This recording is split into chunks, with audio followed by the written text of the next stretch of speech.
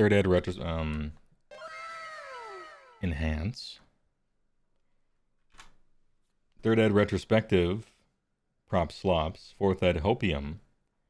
Please God Nellium. This is gonna probably largely be collection on my part.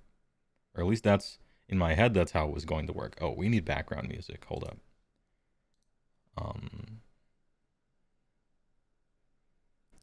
Dark Academia, you are in your mansion plotting evil schemes. All right, we'll click on that one. This one we didn't do things with a tier 1, landed on Delightful, get owned. Actually sniped. You can use your prime anywhere else now. What was I saying? I interrupted myself. Oh yeah.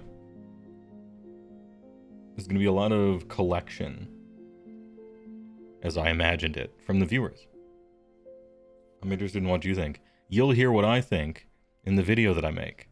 And also, all during this stream, because I'm going to tell you anyway. And I don't know, maybe my opinions change, we'll see. I'm interested in what people think as well. Understanding that the kind of feedback I'm getting, we have already pre-selected for viewers who watch me. And so that's going to affect the type of feedback as well, right?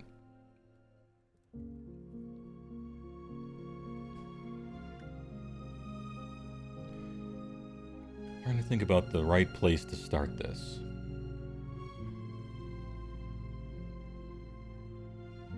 Shall we talk about new things that were new to third ed?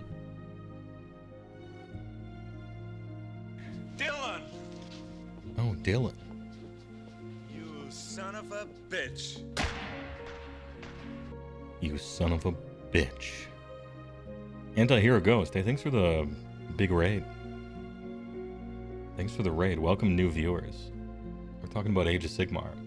And, essentially a retrospective for 3rd edition and our hopes and not so hopes for 4th. And this is a lot of collecting, you know, from the audience. And then I'll tell you whether I agree or not or something like that. The dreaded rally. Yeah, I think rally was a mistake. Is this music like just a touch too loud, maybe? I mean, I like it. We're in our wizard tower, you know, going over books. Yeah, Age of Sigmar, Anti-Hero Ghost. Was this a, in what manner was this raid? Was this like you had never seen my stuff before? I was just in the category? I mostly ever do Age of Sigmar stuff, besides like play video games and stuff, right? As far as Warhammer is concerned. Commands, kind of the first major change for 3rd. What was... Ooh, here's a question. What was the biggest change from 2nd to 3rd, do you think? New thing is good. You liked monstrous actions, except every choice is fighting for 2nd after Roar. And heroic actions were neat, but only getting to do one a turn feels weird. There's like 3 armies that can do more than one, so they've explored that space a little bit.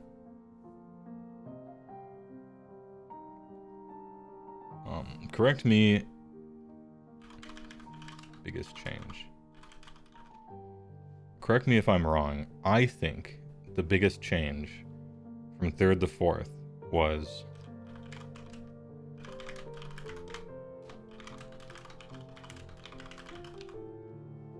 this change. Every unit champion in the entire game can issue commands to their squad.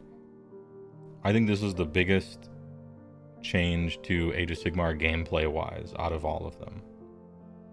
Because it fundamentally changed entirely how you play the game, and what the goals were, and what you were essentially trying to do and undo with your army and your opponent's army.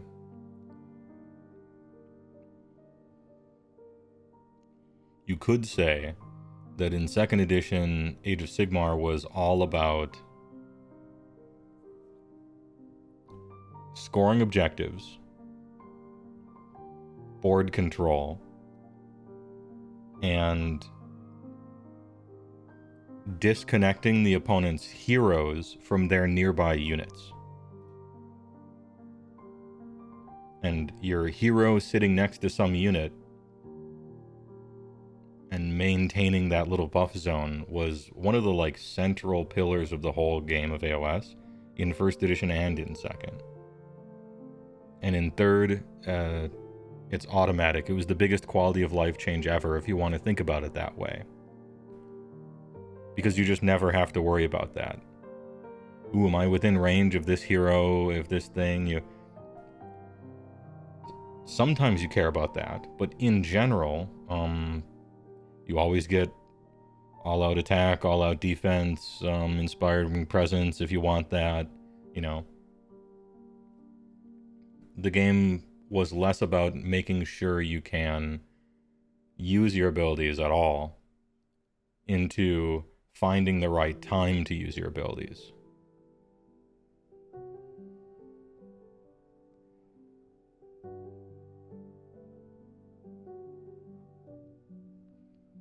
You're here to scream new Chaos Manticore at the heavens whenever we start wish lists? Alright.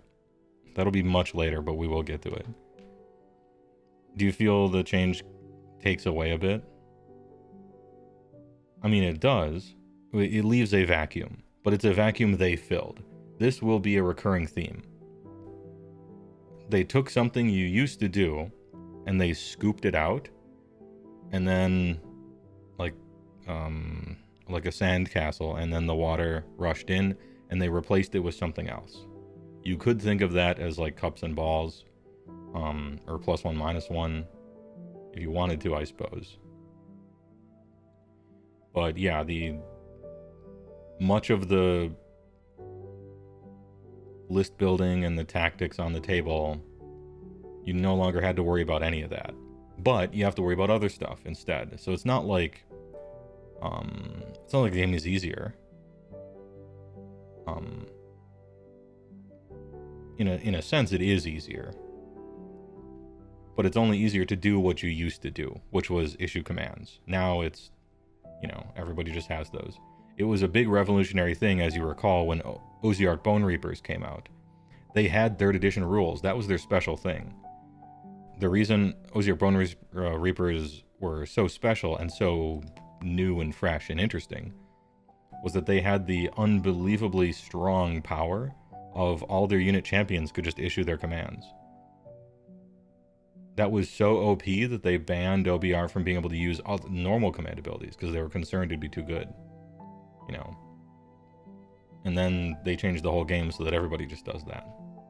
And then took their goddamn time updating OBR's rules to give them anything in return, which was a little unprofessional, if I do say so myself.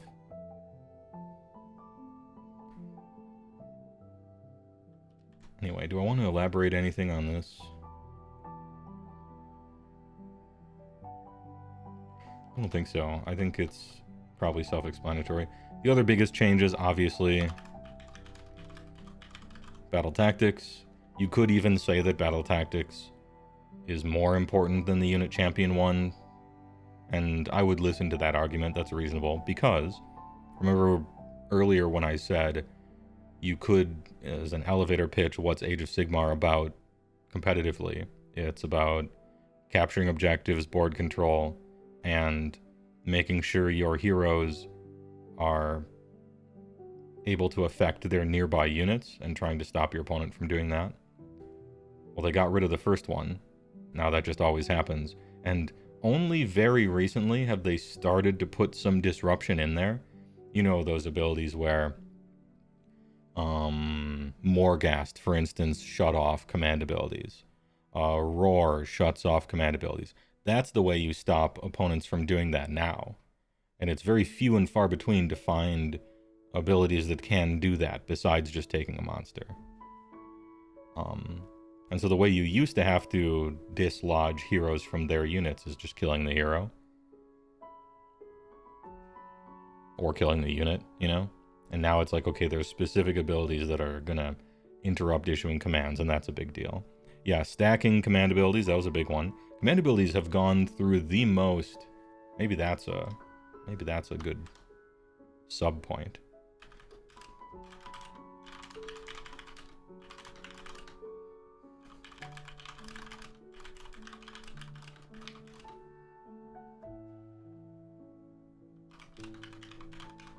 I think over time, maybe command abilities have gone through the most iterations and tweaking as far as the AOS is concerned. Like from first to GHBs to second to malign portents thing in second to third. It seems like more than once per edition, the way we use command abilities seems to be changing the most. They're still tweaking that. And even now you can do some of them on the opponent turn. So that's probably a big one as well. Anyway, battle tactics arguably tied for the first. And why is that? Because it used to be the way you won the game was objectives and board control.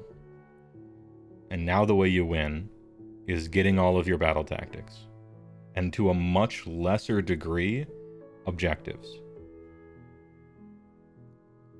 And to a much lesser degree even than that, board control. It's all about doing a backflip, because your book says if you do a backflip, you get free points.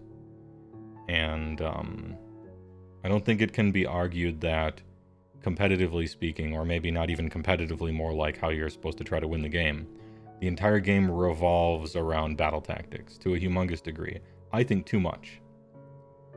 Even if you like battle tactics, I think they're too important to the outcome of games and the outcome of tournaments, but I gave that spiel already.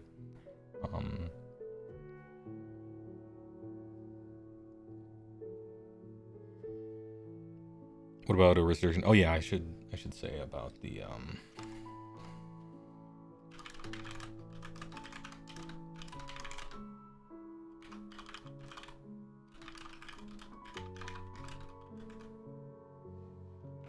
we can talk about whether we like these or not, but I'm trying to get them down first.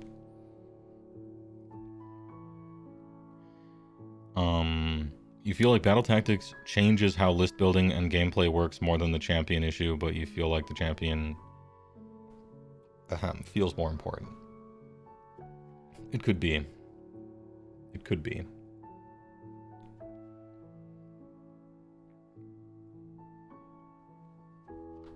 Battle tactics.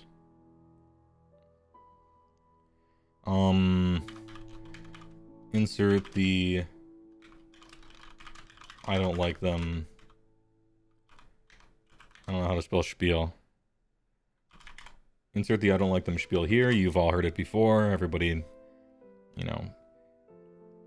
Many people don't like them for infinite reasons. A few people do like them, but even the people who like them wish they were improved. Okay. S, just S, no SH. And it's IEL. True. All right, there it is. See, this is why you do this live.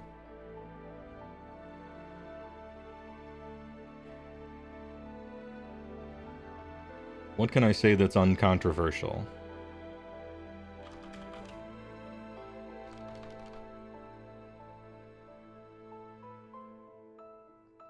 What can I say that's or close to uncontroversial?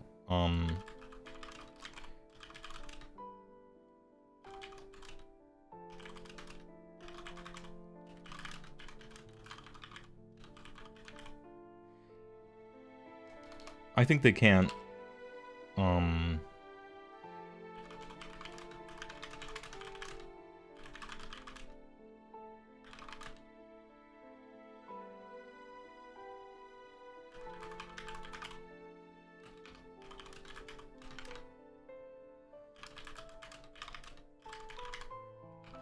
Okay, faction-specific battle tactics were a mistake.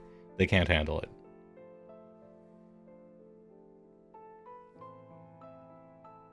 Matt Rose and his team can probably handle it, but the book writers clearly cannot handle it. They just can't. However, I think faction-specific battle tactics are clearly the best balancing knob they have available. Way more important than points. I think the I think the data shows. Giving you an extra 100 points to play with is not as good as giving you 2 free victory points a game because they wrote a brand new BT that you automatically succeed without having to do anything. And I think all the different metrics kind of show that. So it's, as somebody like me who doesn't like them, I'm asking the balancing team to give up their greatest weapon.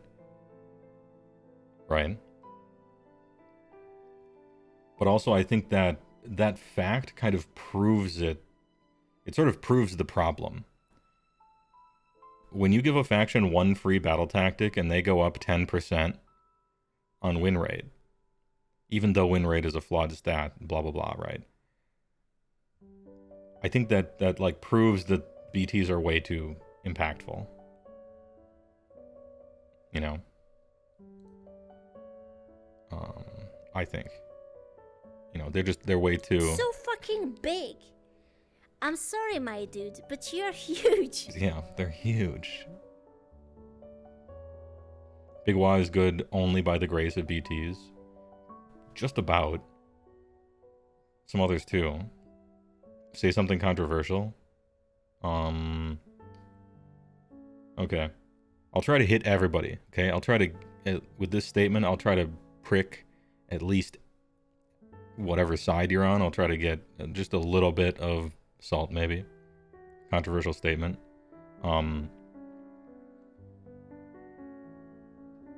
The Age of Sigmar priority system is fundamental to AOS and good and fun. And people who don't like it are bad at the game.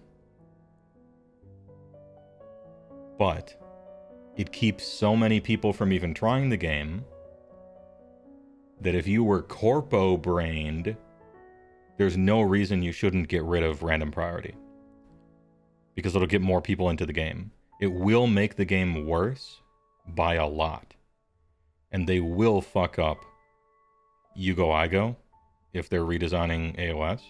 They will fuck it up and it'll be a worse game by a lot. But as a corpo, making your game worse so it sells to more people, that's your fucking job, apparently. And so they should remove priority. Because more random-ass normies will give the game a shot, and they'll get more sales. And if it makes the game worse, who cares? Dude, go watch another Marvel movie. Go eat at McDonald's. Quality doesn't matter. It's just about how many people buy the thing. So there's my something controversial.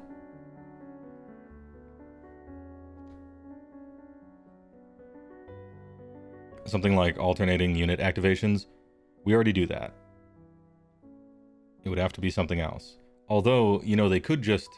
You're right, actually, Alatak. They should advertise that. Because most of the people that haven't tried AOS because of double turns don't know anything about the game anyway, and that might be news to them. So, actually, good point.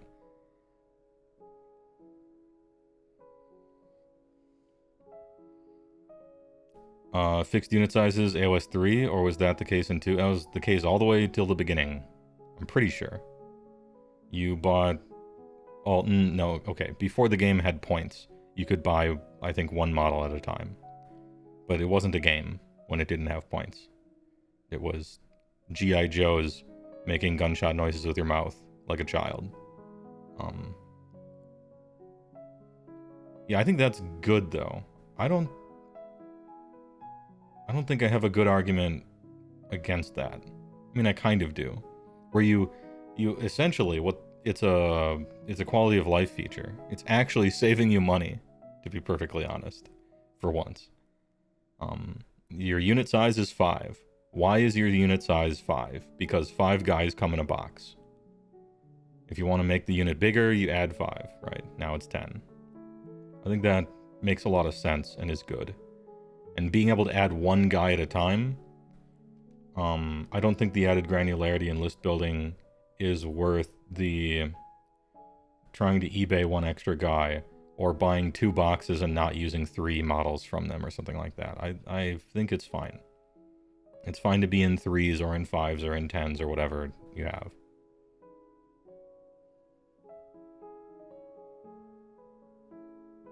You would never want the ideal squad size to be 1.8 boxes. It's a feel bad. It would be, though.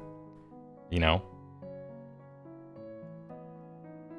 Unless they did something where it was like when you have exactly 20, it's great, and then when you have 19, they just suck or something like that. But even then, people would probably play 23 or something in the squad. You kind of just, in your head, you think into the future, and you're like, if they did it one at a time, then the ideal would all probably just end up being 1.5 boxes or whatever it would be. And that's probably not ideal. Just better as a customer. You buy a box, you use that box. I think. Disaster Plan, thanks for gifting a tier 1. I appreciate it. To Umbrick, ooh, get shot. Dried box still coming in 16. Yeah, that's stupid. But they've only had 8 years to put Dryads in a normal sized box. You know? The sprue has like 8, each sprue has like 8 guys on it, I guess. Or maybe, or whatever. So you can't fix that. Left over from old game. Give them a little more time. They're a multi-dollar company, right?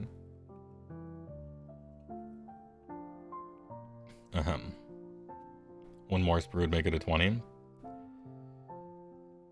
Xanon, that makes too much sense. There's got to be something wrong with it. Got to be something wrong with your suggestion. Makes too much sense.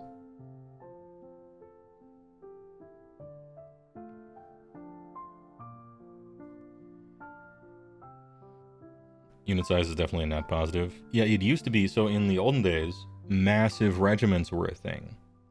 And your unit would be cheaper per amount, per guy, if you used the maximum size. But that was clearly them trying to give people a reason to play with the humongous armies they used to have in fantasy.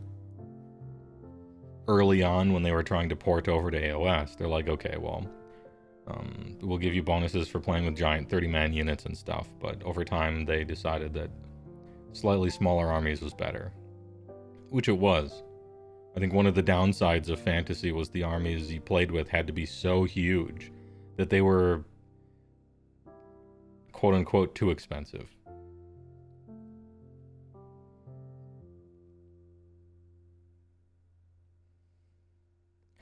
Mournfang are made worse by being units of 4 rather than 3 like most big cav? Yes. I agree. And they're also kind of made worse by letting you play 2 of them. And they come in a box of 4. So that's weird. And then they steal all their good rules when you can run the base size of them, which is 2. And that's kind of weird too. And then also they don't synergize or interact well with any of your allegiance abilities, which is also kind of bad. But this isn't a Why Mournfang Suck show. Although thanks for bringing it up. Granular units make sense in old 40k when you have 5-point upgrades to reach 1990 or something. Yeah, I think so. But one of the good things I think about Age of Sigmar is you don't have to pay for all that war gear and all the unit options. It's just it's a this or that for all of it. It's an opportunity cost rather than a point cost for nickel and diming. I love nickel and diming when I'm making magic decks, when I'm making a character in Palladium or Dungeons and Dragons. When I'm playing a war game, I don't necessarily want to do that. There are people who do want to do that, and they're making a game for them, and it's called The Old World, and I think it should be like that. Put all the THAC0 you want in The Old World, because that's what those people want, and so just give them what they want, you know? That's fine. It's just a different type of game. It's like what I tell people who are like, I refuse to play Age of Sigmar because I don't like the idea of double turns. Alright, hey, good luck. Game's not for everyone. A lot of people don't play hockey because they don't like ice skating. They don't like the idea of skating on ice. Okay, well then hockey's just not for you. You know, good luck in the future.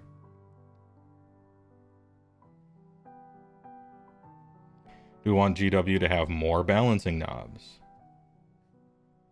Man, my answer changes a lot depending on if we're living in idealized fantasy land or the real world. I think I have a duty to be realistic, right? You don't know if you trust them with more. I don't know if I trust them with less. They're doing a reasonably good job right now.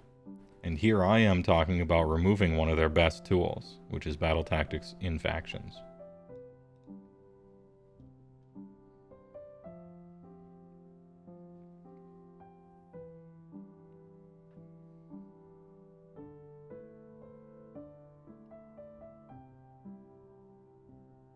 They cannot be made in a box of 10 because of this brew. Yeah, I understand that. I just think it's like entirely silly that they give you 16 of them for a unit that, you know, that's the whole point of the unit sizes, and so it kind of stands in contrast to that. Do you think battle tactics could be seasonal? Sure. Yeah. They are now. You could do seasonal battle tactics. A lot of these suggestions are going to be very different depending on the world you live in. Should they do seasonal battle tactics? If I say yes, is that the world with faction battle tactics also, or without? And that, you know, that would change my answer probably. Or that would change a lot, you know, for instance. If there were no faction battle tactics, but there were seasonal ones, I think the winners and losers are too strong. There's too much contrast there.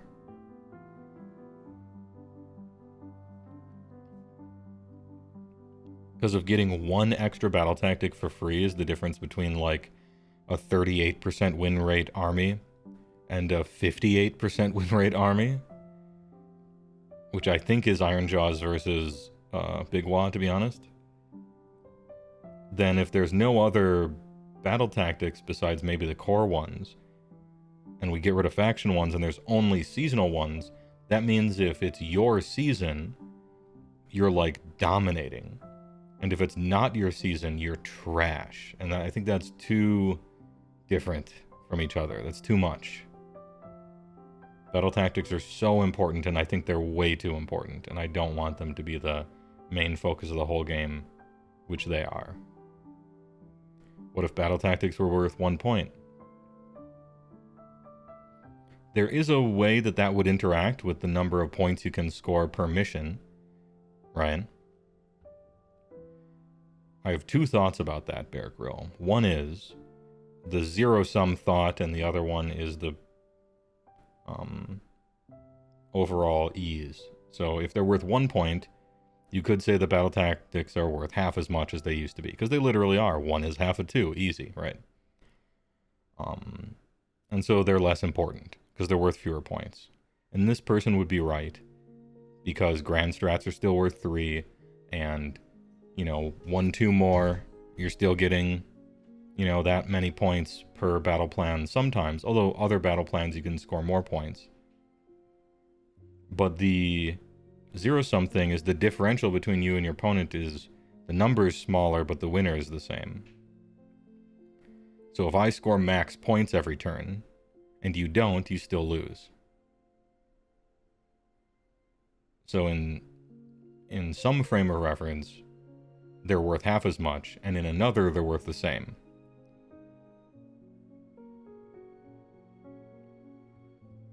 I don't think that's entirely correct, but it is, I think, like a good point. Because, so if battle tactics are worth 1 instead of 2, then grand strats are worth more, you know? Like, it pushes grand strat into being more important. It pushes objective capturing into being more important. And isn't that what we were trying to do in the first place?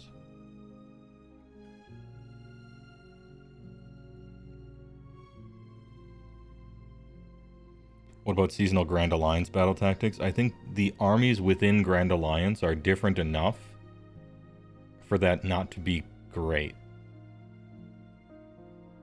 In general, I think the Grand Alliances are entirely arbitrary. And it makes no difference at all that my Grand Alliance has ogres in it and also happens to have Gloomspite Gits in it. What do we share between us? Both being in destruction. Nothing really. There's no longer Grand Alliance destruction command traits or artifacts or units you can just pull from wherever, you know. There's Kragnos and there's the concept of allies. Those are relatively minor. You're only using Kragnos if your army book sucks. Apparently nobody's using Get Wrecked anymore, even though he destroys me, because he's, quote, not good enough or something. Yeah, the Grand Alliance is to organize the website and to let people know who the gods are in the lore. You know? It's a lore thing. It's a gods and lore and web store thing. It's not like terrifically a gameplay thing. And it's to let people have their sports teams, because people love they sports teams. You know, ooh, a destruction army won. And it wasn't my army, but it was a destruction army at least. Go destruction, right? That stuff. I guess it's useful for that, whatever benefit that has. Grand Alliance is kind of vestigial. I don't think it's vestigial. I think mattering in the lore and mattering on the website are both useful. They're useful enough to keep it, even if it doesn't have much rules significance.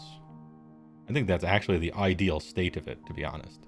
But I'm a known ally, coalition, hater, right?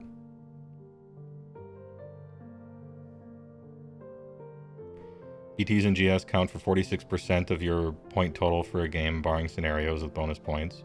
Rather see more emphasis on the scenario played.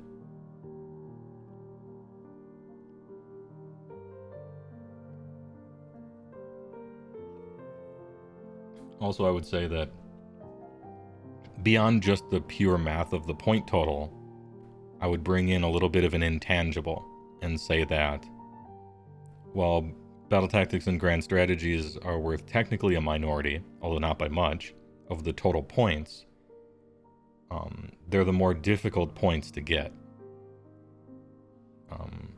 Getting 1-2 more every battle round is a lot easier, I think, than getting all your battle tactics. I guess it depends on what army you're in, right? So maybe not. Death having a 6-up ward is one of the few remaining things in JA. Yeah, Yeah, every Death army has a 6-up ward, one way or another. And so that's like a, it's like an ancient rule still around in some respects.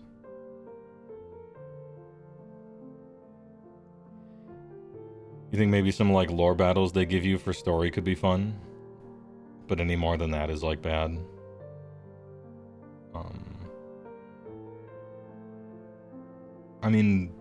How do you figure?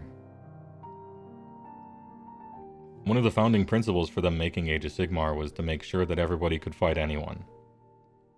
As weird as that sounds, or as minor as that perk sounds, that was like one of their reasons. We want to make sure anyone can fight anyone, and they can physically do so, instead of their countries on the map of Europe that they just changed all the names, like, oh, these two countries are far away from each other, now we can't release a box set because how can they fight, It wasn't like huge, but it was one of the reasons. You think Ally and Coalition work well as once in a while themed tournaments more than core game mechanics? Oh, okay, I see. You're talking about like, I've made a concept, like here's my lore-ish concept army of this army working together with this, and I'm telling a story and stuff like that. Yeah, I see. Yeah, I guess I'm thinking about it purely from a game point of view. Allies are something you love in casual, but in competitive it gets messy. 40k dropped allies from 10th. To be honest, good. Because unless you get it perfectly every time,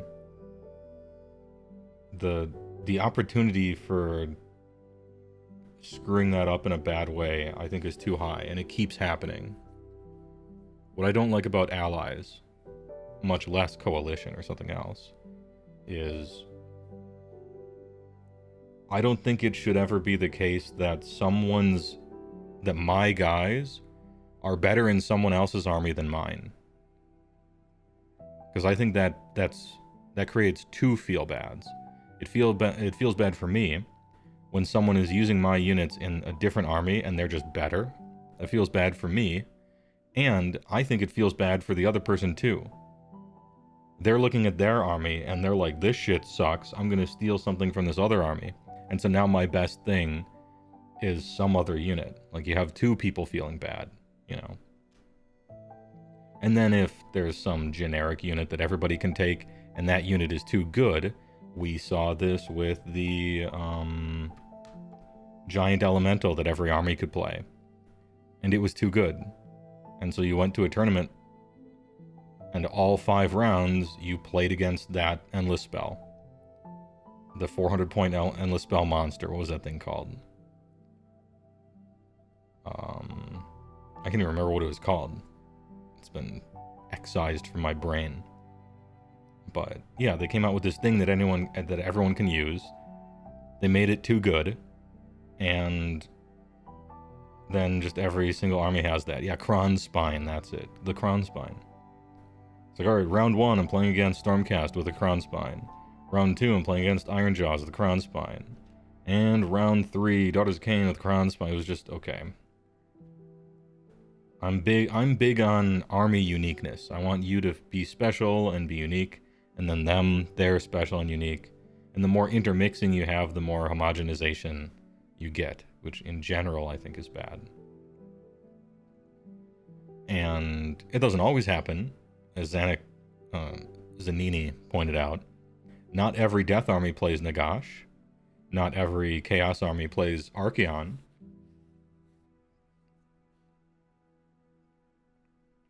Sometimes nobody plays one of those things, you know. But if nobody plays it, why bother? Why bother making it?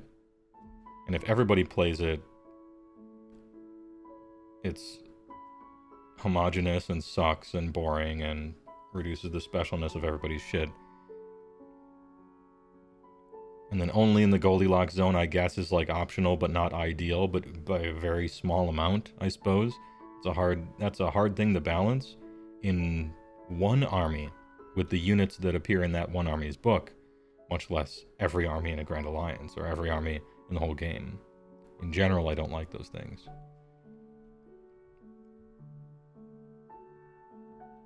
And I'm sad that they're probably going to do another Kronspine in the future, because I hated that thing. Not necessarily for what it was, but for how much I saw it, for how ubiquitous it was. I didn't mind losing to it. I lose to a lot of stuff. Mixed forces are just not something GW can do well. Legion's First Prince was a great example. Yeah. I don't think they should. Magic does that very well. But that's a very different game.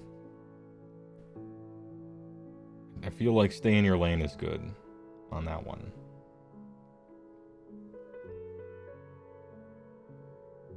Like, there's the idea of mercenaries and being creative with soup and stuff, and I understand some players who really are interested in doing that.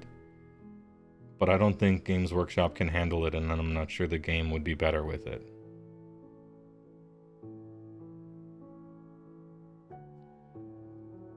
Anyhow. Where were we? Faction-specific BTs. I think they were a mistake. I think they should go away.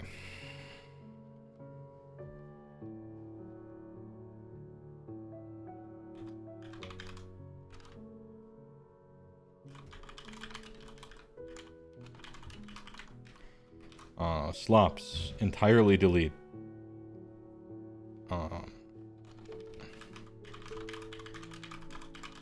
Faction battle tactics. I'm I'm not sure what to do with the battle tactics system. There's a bunch of,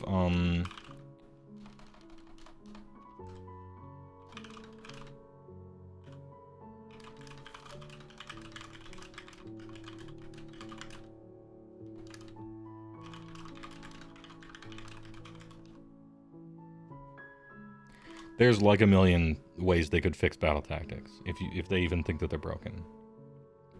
You can think of, you know,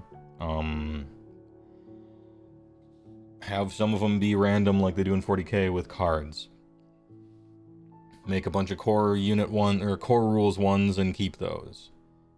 Make them only GHB. Get rid of them entirely. Write all of the battle tactics in the battle plans themselves instead of core rules, or any, so that the battle plan just has a bunch of battle tactics on it, and then you can tailor them really specifically to whatever the battle plan happens to be. You can do all sorts of different stuff. I'm not going to suggest a specific way to fix them. I'm just kind of here to say why I don't like them, really. Because, you know, as a player, I think, or as like a feedback person, that's really my job is to be like, this isn't fun, I don't like this, and here's why I don't like that. And then it's the game designer's job to figure out the solution to that. For the most part. Battle tactics have to be the same for everyone. I agree.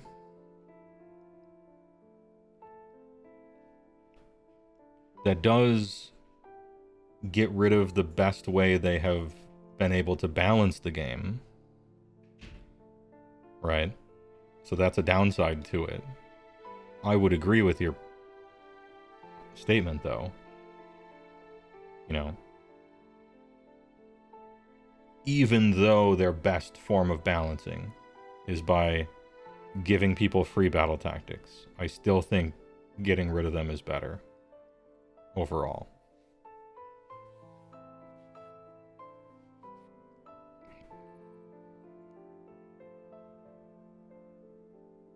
Oh, and I've gone over this before, I guess I might as well here. Why don't I like battle tactics? Because they're a humongous waste of time.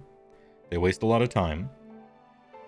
Unless both players are very experienced tournament players who play all the time, the game grinds to a halt every single one of the 10 hero phases. And people have to shuffle papers and look at their phone and figure out what battle tactics they can even do. It grinds the game to a halt. Every player's hero phase, just over and over and over. It's such a waste of time. In a game where one of the main problems with the game I contest is that it takes too long to play it. Age of Sigmar. I think it takes too long to play a game of Age of Sigmar. It just does. You probably can't even play two of them. Like, oh, I'm going to my friend's house to play a game of AOS. You probably can't even play two games. Like, after work, driving over to your friend's house before they gotta, you know, make dinner or something. I think reducing the time the game takes as a whole is probably good. In a vacuum, I guess. Why else don't I like battle tactics? Because it feels like I'm doing random shit.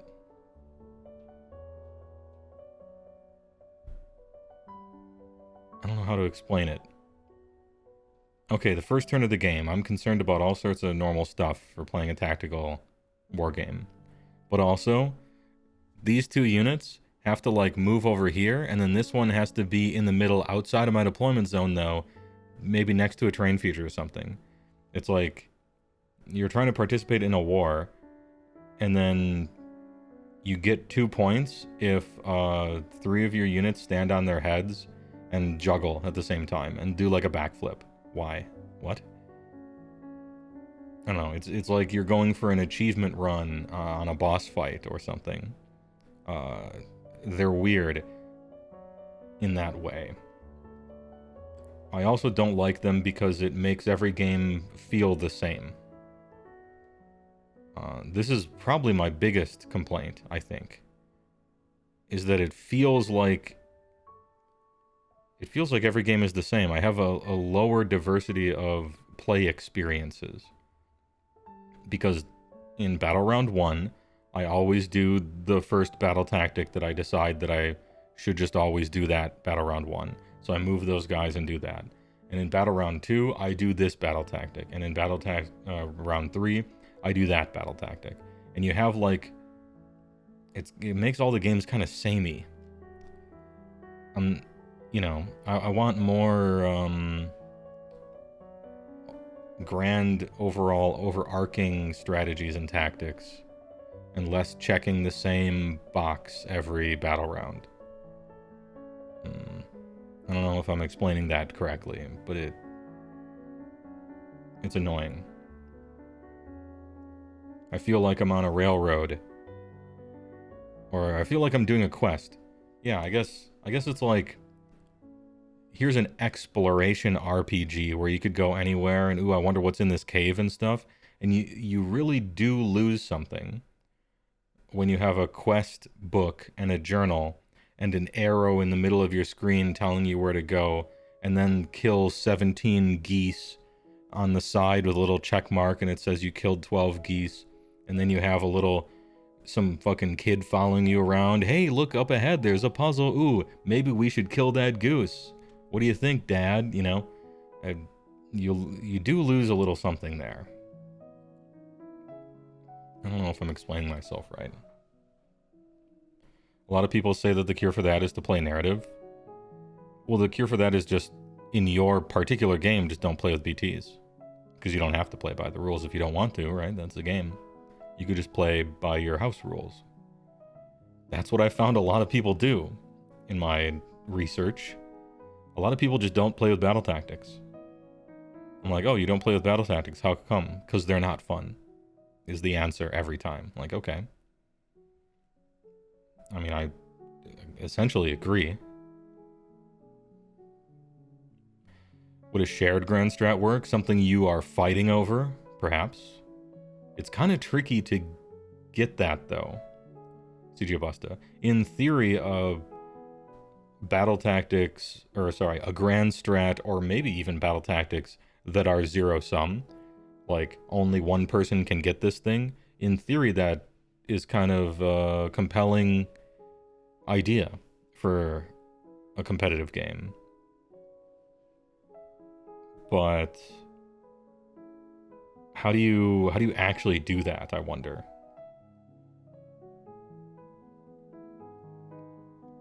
Without it just being win more. Or maybe it's win if, I'm not sure.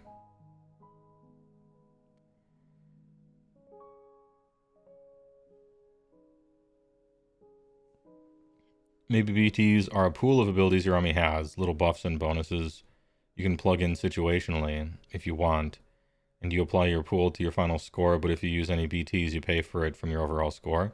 In that situation, Kyle is cozy. It sounds like we're reinventing the concept of command abilities and artifacts and spells and prayers, which you already have in your army, you know? Why should they be even worth points? If you're getting bonuses like little buffs and stuff, just have it be a buff. Why must we give victory points for those things? I'm not dismissing your suggestion out of hand or anything. I'm just kind of thinking about it. I'm like, we're kind of reinventing what Allegiance abilities are then, except giving them a victory point bonus as well. Maybe we should just let the abilities determine the outcome of the events in the game, and then that's it. I'm not sure. I certainly don't want to see you can imagine like the worst version, the worst implementation of that is some foot hero for 180 points who's got a command ability on his war scroll that says, once per game at the beginning of your hero phase, you can spend a command point to get 1 victory point, and it just says that. You know, you can imagine that's like the worst implementation of it. But maybe that's just a really simplified implementation of what it would end up being anyway, if you want to get philosophical with it.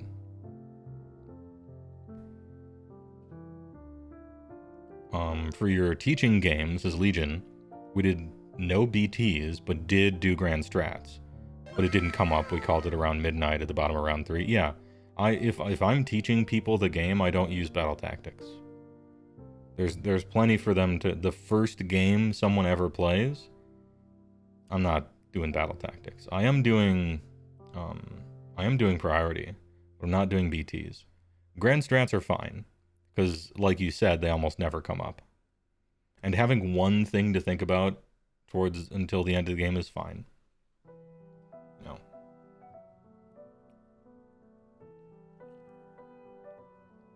CG Buster, thanks for the tier 1 gifter. Oh, to the lurker. Vince the Body Bencherella. Hey. I hope you're, hope whatever it is that you're surely painting right now is going well. Could copy Warcry's battle plan system for variety. I don't know any game mechanics of Warcry. So, tell me what they are and we'll talk about it. You guess the battle tactics could be a separate set of bonuses, maybe in core, but separate from your AAs, maybe not tied to actual units on the battlefield, but like you as in the general or something. You could do that. I don't know. You mean like in the allegiance ability section, maybe there's now every army gets, you know, ogre tactica. If every unit in your army charges in the same turn, you get a victory point or something. It would be a little bit of a divergence because we've never seen victory points, I don't think, directly mentioned.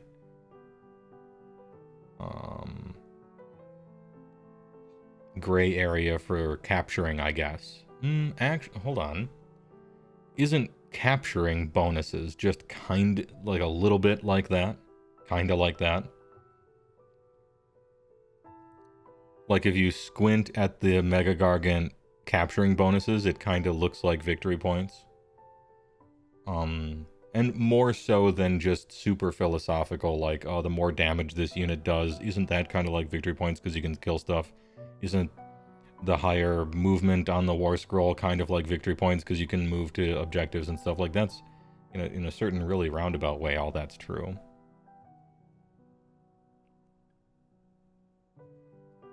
Warcry has cards you draw randomly determine the terrain, deployment, objective scenario, and a twist special rule. It's really fun. I know that, I want to say Vince talked about that on one of the shows, where it was like, it was kind of like what 40k did and kind of like what Warcry did, where, I think actually Warhammer Weekly did a show that I mostly agreed with, despite not liking BTs at all. If we have to compromise, the absolute first thing you do, you walk in the door, you introduce yourself, the first thing you do is there's not 5. There just isn't. You don't do one a battle round. No matter what it is that you do to battle tactics, you're not doing 10 of them between both players every game. It's got to be less. Whether that's 1 per game, and it's just a different type of grand strat, or maybe it's 2, or maybe it's like their system where you can choose it on purpose, and then you get 2, or you can choose it randomly, and then you get 3, or whatever, what have you, I think in general, though, we can't be doing 5. But we always have to keep our eye on the North Star, and what's the North Star with battle tactics? If everyone can easily do 5, or get all of them, then they are pointless. The whole point of battle tactics is that you don't always get all of them. Because if you can automatically get all of them, then everyone automatically gets all of them. And then both players are tied every game. And what's the point of that? Why do they even exist at that point? And then we get into player versus designer stuff, like what are the best battle tactics? What do all the players like? They like the ones that are free and work automatically.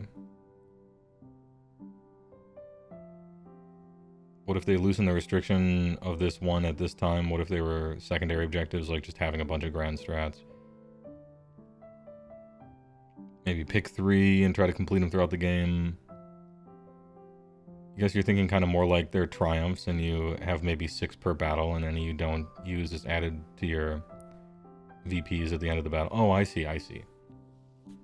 So this isn't like an army thing. This is like a whatever General's Handbook thing, where let's really simplify this, you know. So everybody always gets a triumph. We change the rules of triumphs, okay? So triumphs, they don't do what they used to do. You don't get them how you used to get them. Everyone gets 1 triumph. You can buy an additional triumph because it's an enhancement, okay? And so we've changed what triumphs are. And a triumph is, once per game, you can use it just like you do now. And if you use it, you know, target unit gets +1 attacks and +1 armor and a 5-up ward, okay? For 1 phase. Wow, that's the best buff ever, right? But if by the end of the game you have not used your triumph, you get 2 victory points. Is that kind of like what you were thinking? You could even call it best day ever or something like that, where if you use your best day ever, it's like an actual overpowered buff, but it's a literal tempo play. Like you're going for it, or you're trying to save it so that you get points by the end of it. So that it's like a big choice, though.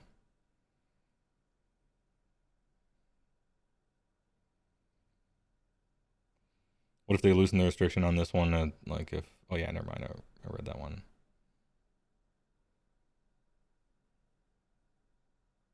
That's kind of interesting.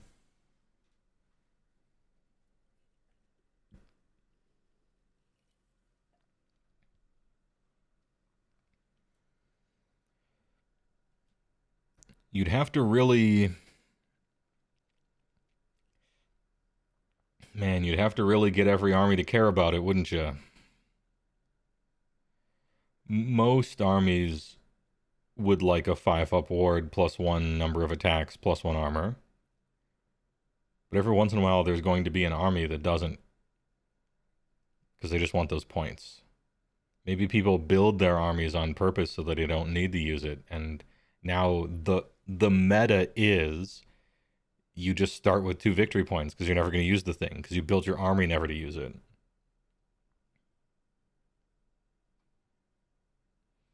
You really don't like faction-specific battle tactic? No, I do not. I don't.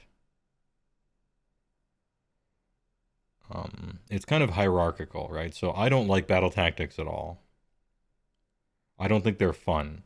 I think they homogenize the play patterns of how you play the game.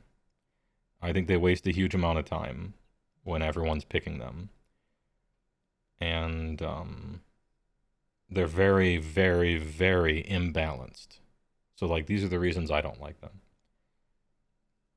Now, they're good for the game in certain ways, because they're really good for balancing. You take an army that has a 40% win rate, and you give it 1 free battle tactic that just says, you are playing this army automatically +2 victory points, and you're going to see them, like, get 10% more wins. Like, directly. And so that's a good knob to turn for balancing. So that, like, it's not like there's no upsides to these things.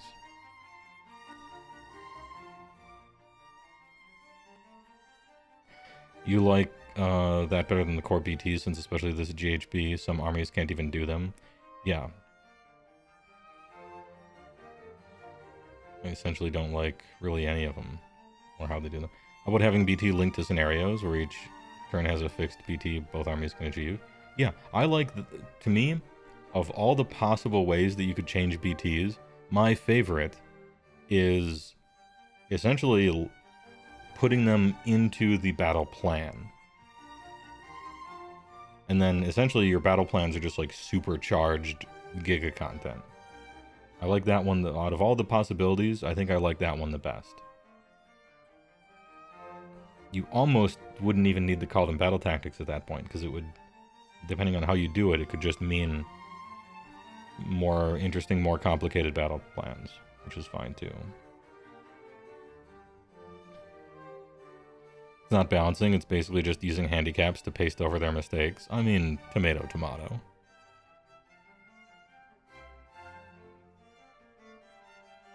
Is balancing this tight worth it if the game becomes less fun? No. But balance is often a red herring anyway, in the eyes of the general player base. Everybody says they want a balanced game, and most of those people are lying either to themselves or to you. In general, the more balanced a game is, the more boring it is. And thinking back to your favorite games of your childhood of all time, the best memories about those games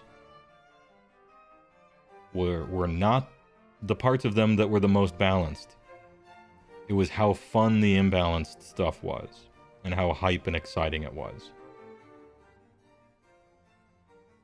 You're thinking back to playing Diablo 2 in 2001. And you're like, damn, Sorceress was so OP. Dude basically started with Enigma as soon as you got a certain level, teleporting all over the place.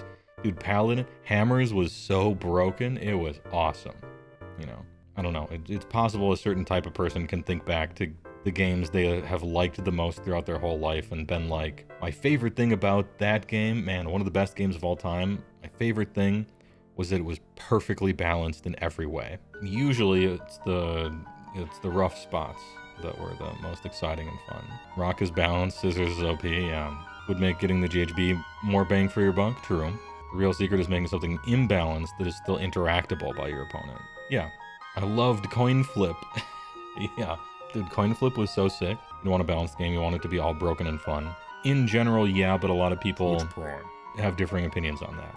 And many of them are very reasonable. Stein won thanks to Prime for 15 months. What you essentially, this is another reason, and it kind of always comes back, this is another reason why there should never be money at AOS tournaments as a prize. Just should never happen. I'm talking about Games Workshop ones. Your store can do whatever it wants. Your tournament circuit that you come up with can do whatever you want, but there should never be cash prizes at AOS events because the game can't handle it morally. I mean, like professionally. Because as soon as you start, oh, the winner gets $100, the winner gets $1,000, the winner gets $5,000. As soon as you do that, now you really do have to balance it. You have to.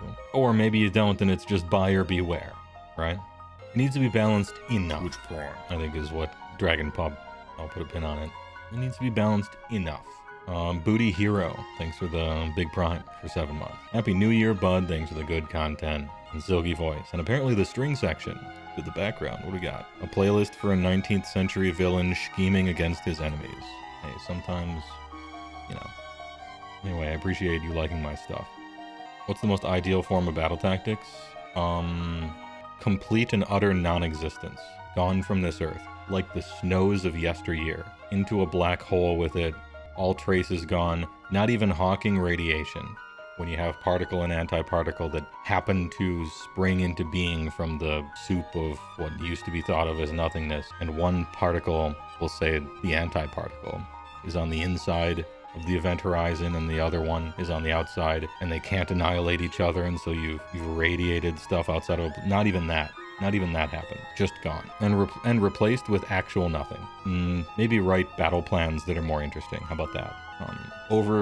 Overcharge battle plans to be more interesting, but essentially don't even replace it with a recognizable battle tactic system. To me, that's my opinion about the ideal form of battle tactics.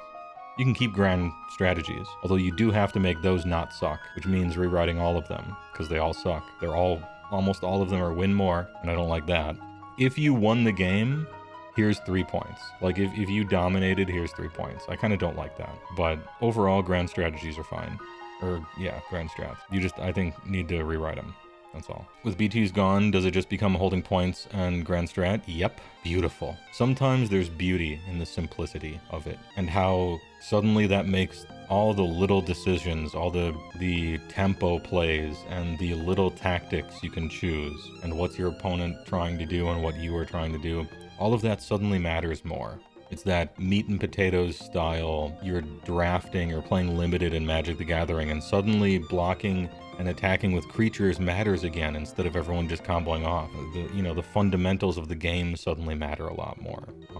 That being said, I also think they should make battle plans, give them an overhaul, so probably twice as involved as they are right now, and that's where you can get some of the BT goodness. So whatever good there was in BTs, you can get some of that by putting it into the battle plans.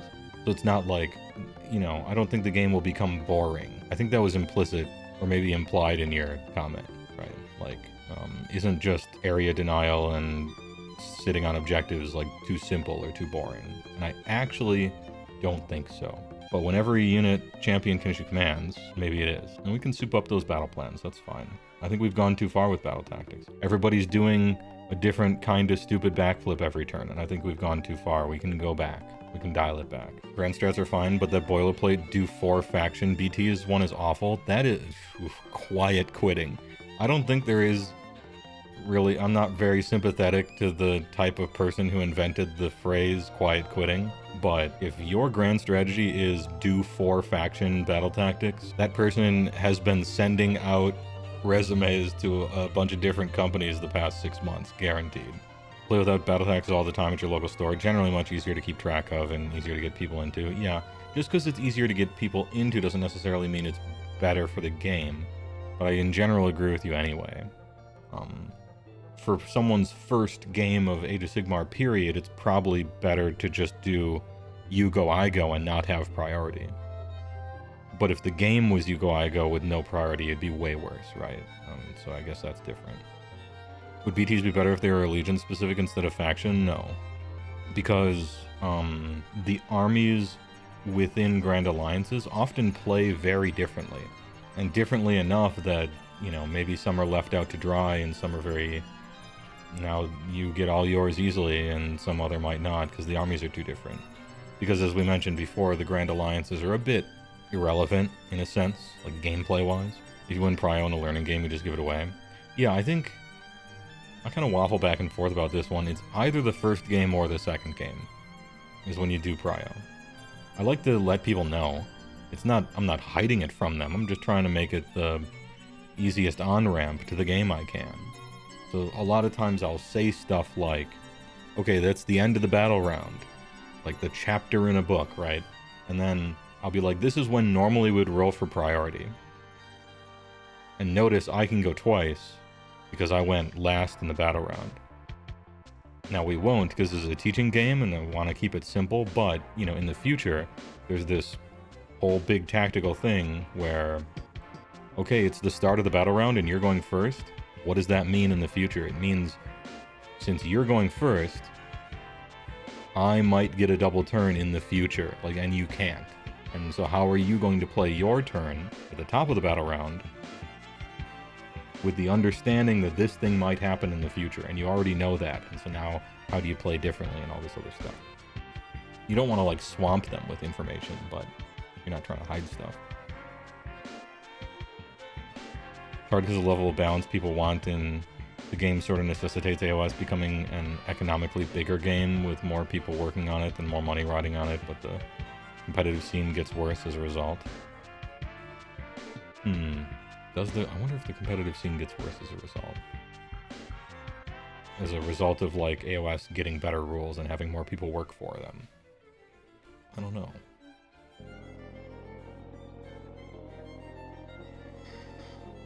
I think for the most part, or maybe not for the most part, largely, I think you balance for the vast majority of players.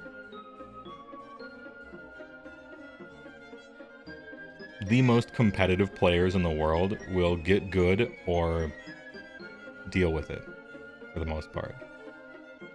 They'll either play the best thing, or they'll brew something that beats the best thing. Or they'll decide that they just need to get good and practice more. Like the competitive people will deal with it. In fact, sometimes that's why they do it. It's because it's fun to solve the puzzle. It's the vast majority of people you generally want to balance for. Because brand new casual player plays the game and doesn't like it, they just quit. Competitive player plays the game and doesn't like it this season, and so switches armies. Or practices more. Or is like, I'll chill. I'll wait till next season or something. You can't have the competitive scene be just laughably like 90% Stormcast wins or something, obviously. But game gets better, sweet time. Alright, at the risk of being trapped in Battletactic discussion zone forever, I consider it a slop, and I want it to be entirely overhauled and rethought up from the ground up, and my like ideal personal hopium, which will not happen, is to banish them entirely to the Shadow Realm, which won't happen, but that's fine.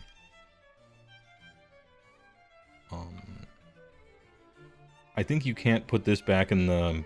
You can't put the genie back in the bottle with every unit champion can issue commands. You can't go back. I don't think. That's the thing about quality of life changes. You can never undo that, because people now, this is what you expect. You can't feed the bears, you know. BTs, it's trash. Yeah, the trash meme. Hey, well, what if they do faction BTs, but they cost 1 instead of 2? Then faction BTs arguably matter slightly less, but it's still an awful, awful system. Somebody else suggested that too, and it's a fine suggestion for reducing the impact of BTs, kinda. Although, since they're in some ways, like, if I get all 5 and you get all 5, Which prime? does it matter if they give you 3 points or 1 point or 2 points? Because we both got all 5 and they're worth the same, and so, you know, so there is that perspective too. Now, to be clear, it does. It just lessens it. Holy Proxy, thanks for the Prime. For 7 months. No BTs, let's go. Yeah, I don't like them at all. Regardless of how many points they give you, I think the entire idea of battle tactics is bad to me. But we'll move on. What else? What's the next biggest change? Biggest change.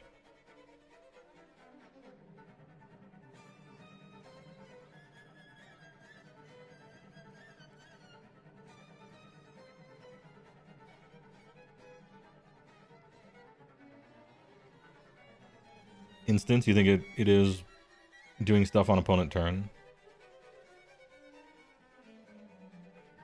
Unit coherency?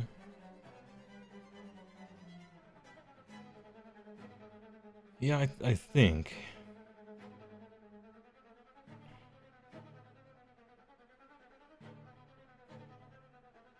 Reactions, maybe. Table size.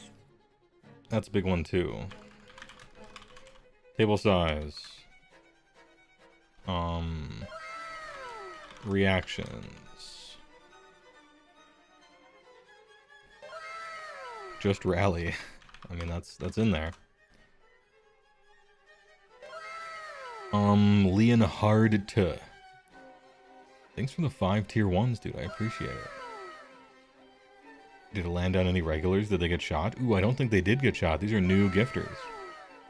Leonhardita, thanks for the 5. I appreciate the generosity. TYVM.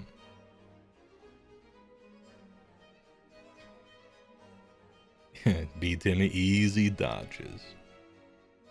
This might... Okay, so table size... Sure. Does anyone feel really strongly about the table size thing? It did matter. It mattered a lot in a bunch of different ways. Alpha, easier, shooting, better. More space to put your beer on the table, right? Like, it did a bunch of stuff. It matters a whole lot. But it's, like, fine. It's fine. It made some stuff better. It made some stuff worse. It just kind of changed things up a little bit, but I don't have the energy to complain about it in any way. It's fine. It's not like we need to go back. We certainly don't need to make the table smaller. I think it's fine. Unironically, it's fine.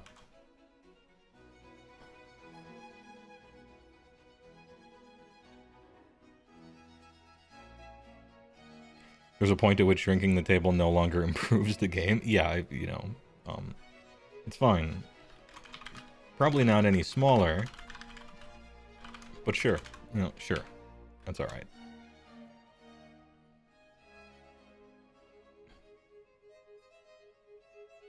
Gotrek and Giants better? Yeah. Makes armies who try to kite really struggle? Yes, P-Timmy.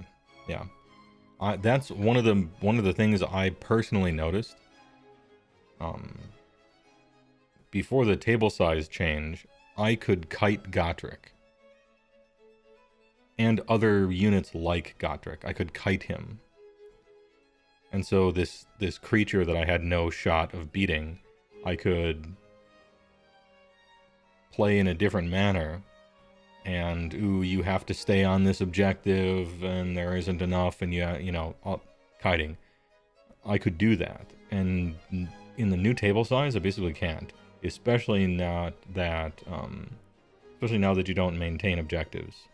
Used to be able to, actually, hold up. That's huge too.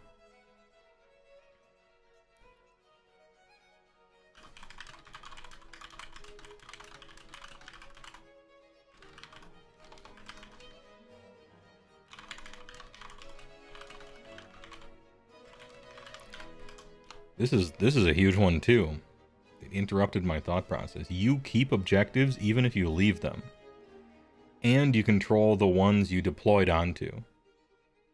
That's actually a big deal. I won a lot of games in first and second because some oversized unit had to babysit some objective,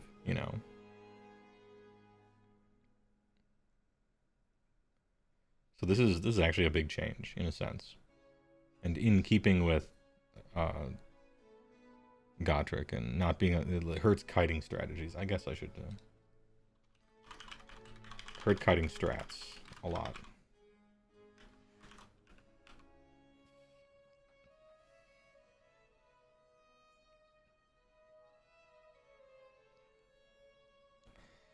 GW should not be cowards and make a scenario where you can start in combat like in the Middle Earth game. Man, automatic Alpha Strike?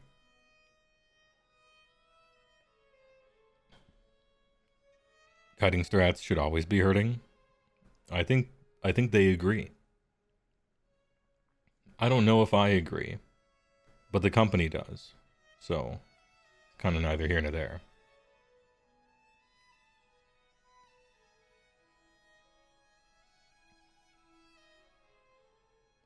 You know what the game needs? Attack buffs and defense nerfs if you flank or surround a unit, etc. I don't see the problem with some of that, right? I like maneuvering. That's fun. In general, as a general philosophy for Age of Sigmar, they always round up as far as, philosophically as a game designer, you have to decide, at the end of the day, is my game a deadly game or a defensive game?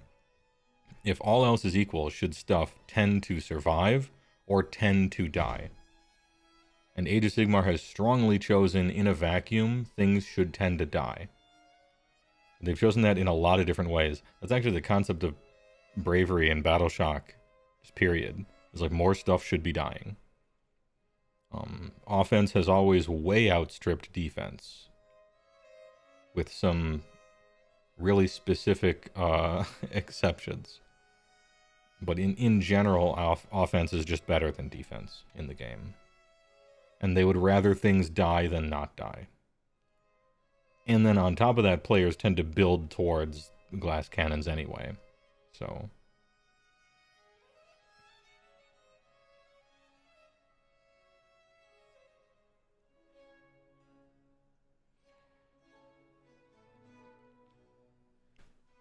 in 40k 10th, they have a cool idea, which is objective secured. Basically means only troops and very niche units can walk off and have sticky objectives. That's interesting. Okay. That would give you a reason to have, you know, whatever troop unit or objective capturing unit. It would give like a job for them, right? They sort of have that job right now intrinsically, but it would give them like extra. And maybe you don't give that to cavalry, and then now cavalry isn't strictly better than troops most of the time, and arguably maybe it is. It gives you more to care about. I don't dislike that. I actually kind of think that's neat. I don't know too much about 40k gameplay because I don't play the game. But usually when people suggest a rule from 40k, it sounds terrible. As a fit in Age of Sigmar, not just in a vacuum, not like a bad rule, but like, damn, that would fucking suck in AOS. Usually that's normal. But the objective secured like type of unit, that's kind of cool. I kind of like that one. That's different than the norm.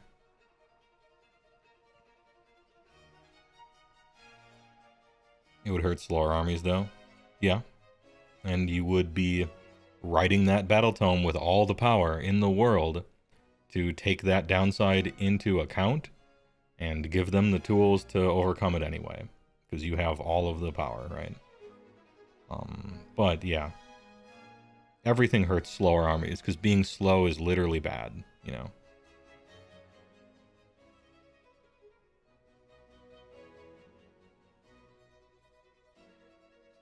You think GHB rules are pretty trash, even though the scenarios are interesting? You go push 4 megas around.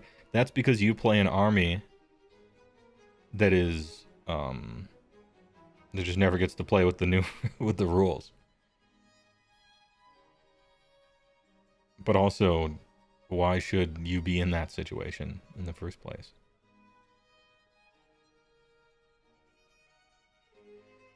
A bit late for battle tactics, so one of your faction battle tactics was literally impossible to even attempt in our battle plan. Yeah, they suck. If you wrote them better, they would still suck, because I think it's just a sucky idea. But, yeah, quite true. I like my one of my grand strategies is kill the opponent's monster. Okay. Opponent rolls up to the table with no monsters. Cool grand strat, bro.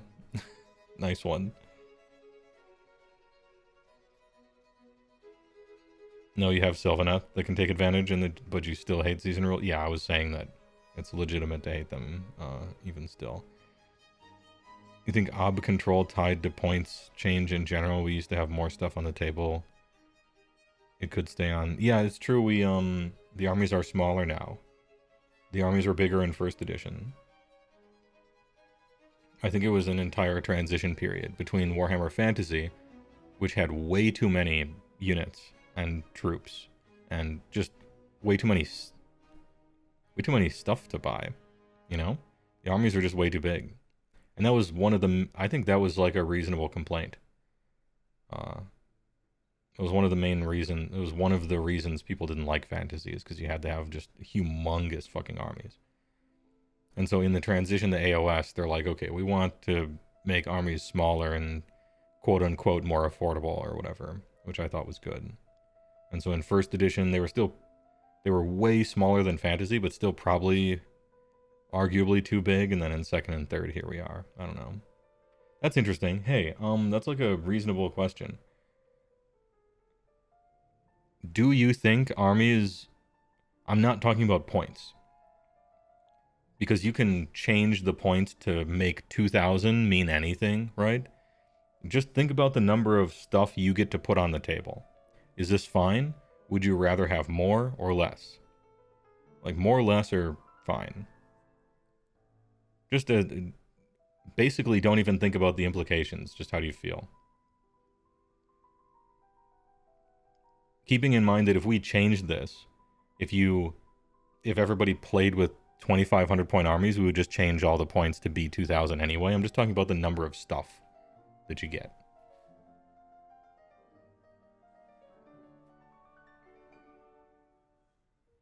Poof. Alright, we're back.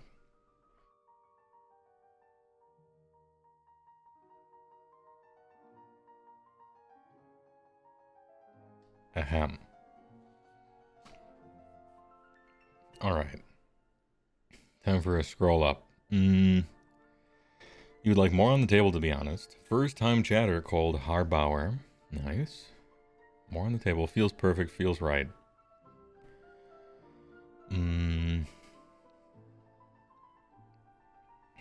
Don't like the way magic works.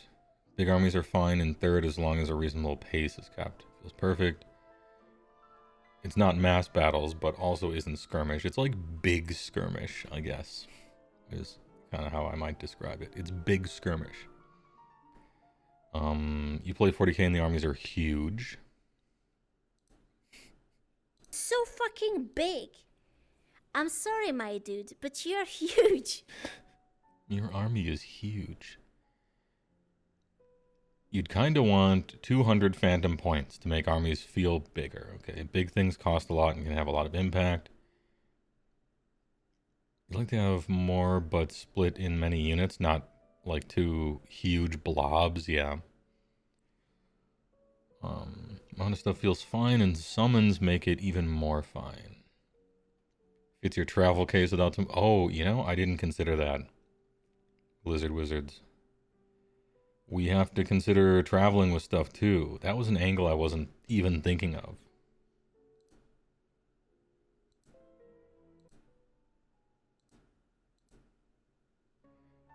Is this music just like not playing? Hello? Alright, well, go to this one. Anyhow, apologies. I think the current balance is really good. As someone who owns a lot of stuff, you would like more on the table, but factoring in entry, the price is good. Yeah, the cost of entry is important. Oh, should we say, hold up. To do fourth. Speaking of cost of entry.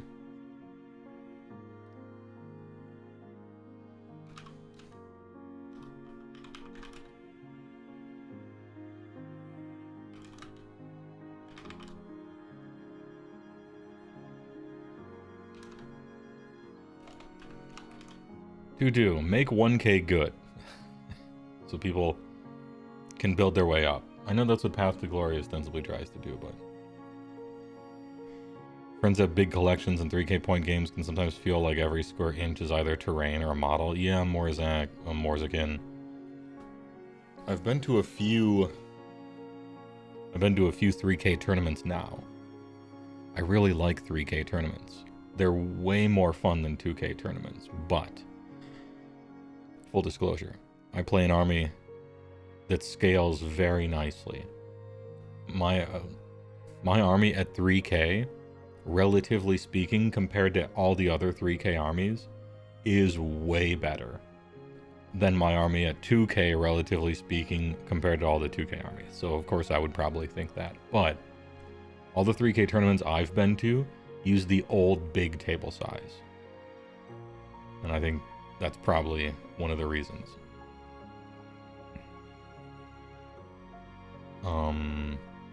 If time is an issue, more on the table is only going to worsen that problem. True. It was Pro. The biggest army we saw in the past calendar year was Guan's zombie list. He played that quickly, so the size of the army didn't feel oppressive. There was a host of other things that made SBGL like a nightmare to play against, but size of the army wasn't it. I think size of the army was it. Not for that guy, and not for good players, however you want to describe that. I think the larger the army size, and if you're talking about 150, possibly even 200 stuff, percentage-wise, the more people who play that army take forever to do so and games don't finish and stuff. Like, it's kind of a sliding scale. It's possible to play them at a good pace, and it's very welcome when that happens. But yeah, so I guess that time is a factor as well.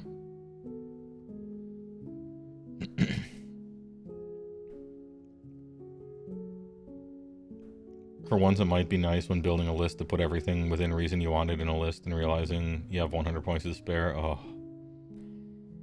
I've never felt that. Oh, you know, at 3K, I feel that. At 2K, I never have. Wouldn't that be nice? Damn, the feeling. When you drag and drop the things, you're like, okay, this, I'm feeling good about this. Now it's time to add whatever. And you look and you're at 2650 and like, okay, all right. But I suppose if you could play everything you wanted in your list, then everyone's list is the same because they're just running everything, right? I guess it's nice to have... I guess it's nice to have to make hard choices.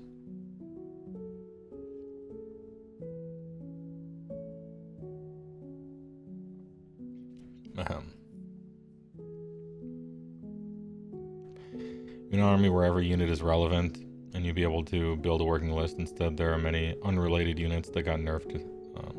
Instead, to find a balance, so it would be healthy to throw entire units out until they figured a balance. Like army side and points are good. Only the amount of unnecessary units annoys you. Also, get rid of units like the Crown Spine. The amount of unnecessary units annoy you. I think this is a reasonable take I probably share. It happens all the time where you open a battle tome and you're like, what is this for? What is this unit supposed to do? Besides, I guess, not get purchased. Like, what are you for? I ask myself that a lot. A lot of times the answer is, if the game was completely different, it would maybe be for this, but that's not Age of Sigmar, you know?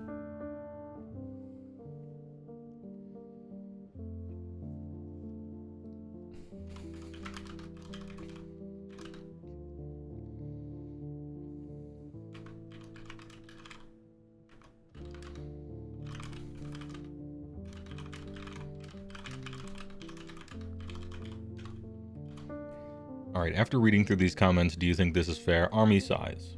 It's fine. Some want a bit more, but time is an issue we have to pay attention to. So in general, army size probably fine.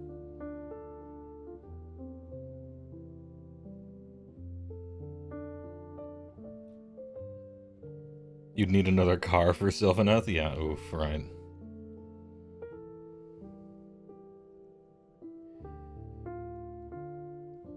On a related note, when you go out to play, you need the core rulebook, Codex, General's Handbook, Errata Doc. It's just so much, and GW needs to actually embrace digital better. Yes, they do.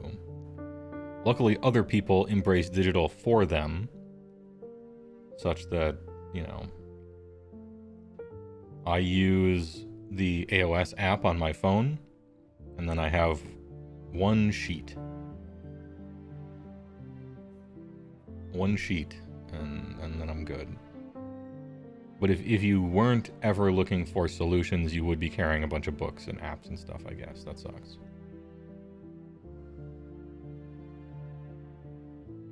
Unfortunate truth of the matter is that if it takes them that long, then they shouldn't play it. Oh, you're talking about the million zombies people? Yes. I mean, yeah. That's true.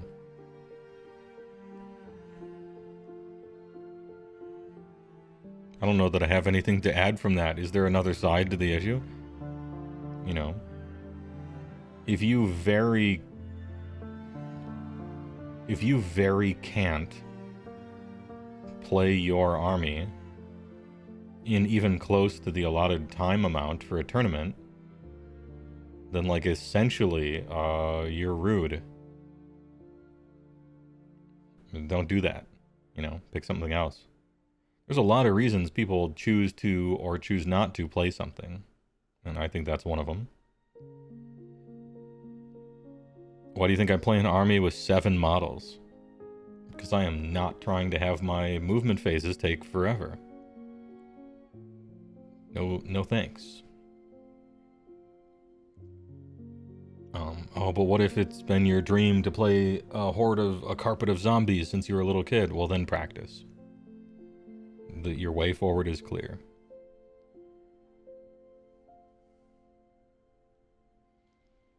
A dude had to play 3 rounds against zombies? Oof. That's a rough one, kid.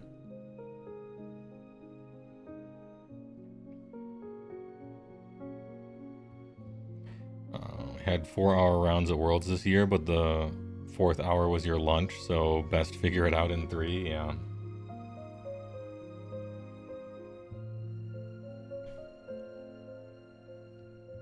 Do AOS events use death clock or timed rounds? No. No, they don't do anything like that.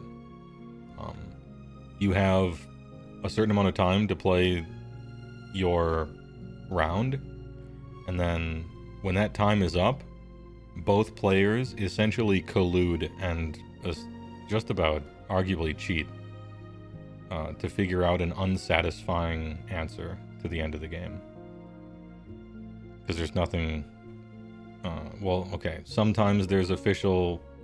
The TO tells you this is what you should do, and sometimes it's not, and most of the time both players just talk about fan fiction to each other and then write down battle tactics they quote would have gotten. And it's a very unsatisfying way to end games. Happens all the time. Constantly. But you can't use chess clocks because that makes people nervous.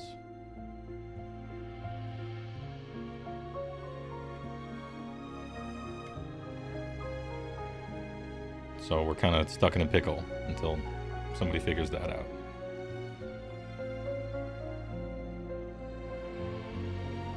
If you can't figure out an outcome both players are happy with, call the game a straight draw, Solomon rules. To me, yes. I would do things very differently than Age of Sigmar, Games Workshop, whatever, but, you know, we've talked about that before. I don't know, I'll very briefly go over it. Here's what happens, okay?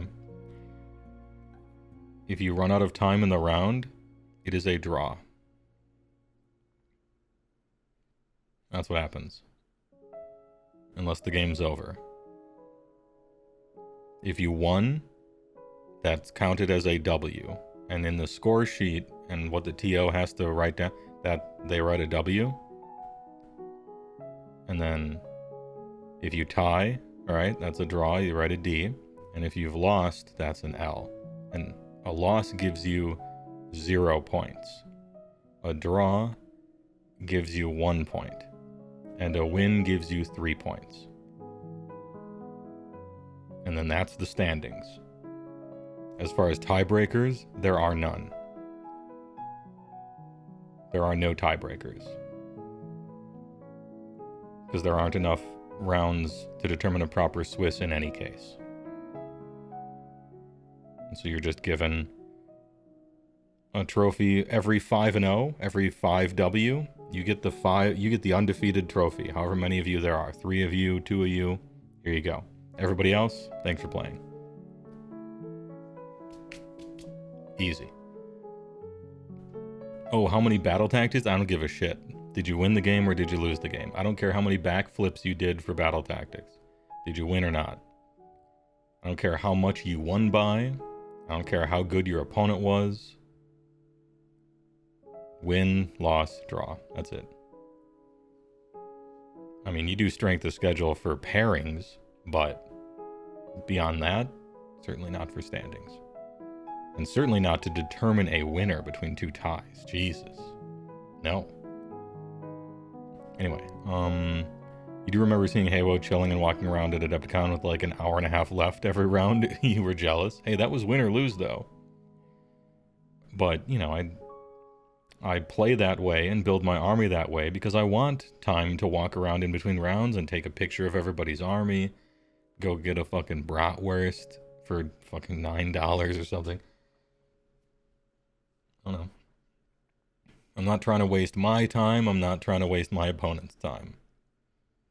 And also, sometimes you eat the bar and sometimes the bar eats you.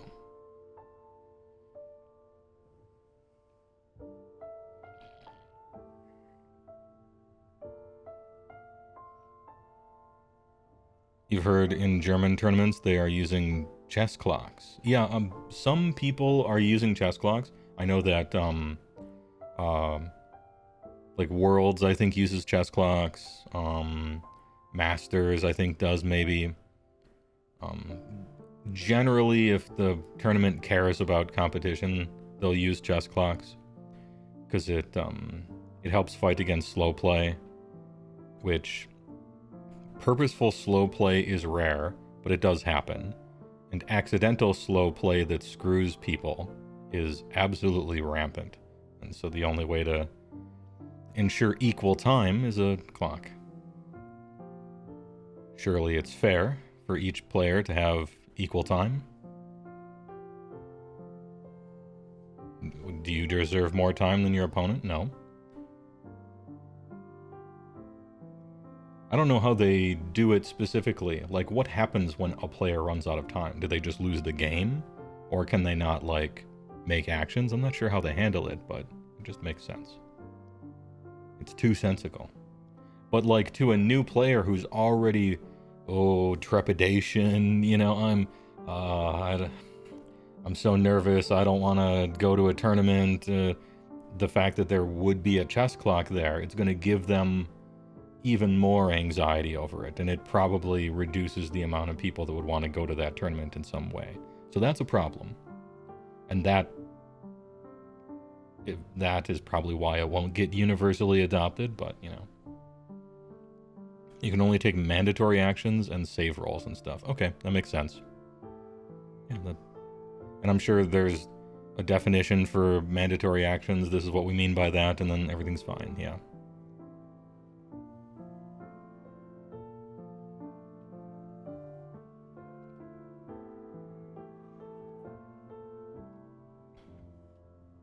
All you want in 4th edition is rat girl waifus? True.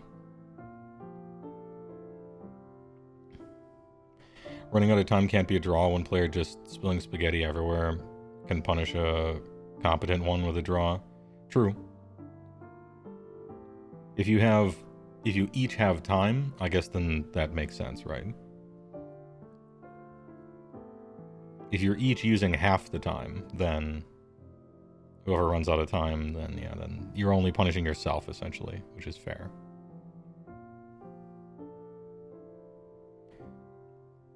You don't want a slow-playing opponent to get an advantage from doing that, in other words. Like, in a vacuum, if a player, by accident or on purpose, because it's sometimes impossible to tell the difference between an intentional slow player and an accidental one, you don't want slow playing to be an advantage, right? And so you have to figure out something that solves that. And I guess that system works just fine. In War Machine, running out of time is an instant loss. It's kind of funny. That's maybe almost what it's like in AOS if you can't take any real actions, but maybe not. You could still potentially win after running out of time in AOS. You could have snowballed so hard or something like that. Question then, does time make horde armies worse then? In general, yes, it does. Unless you're good, and you practice, and it makes them, what I would say is, if you're using chess clocks with equal and fair time, it means that horde armies are harder to play.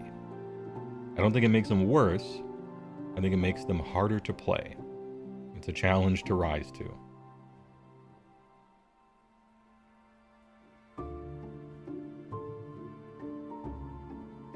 But it's also something you would consider when building, you know.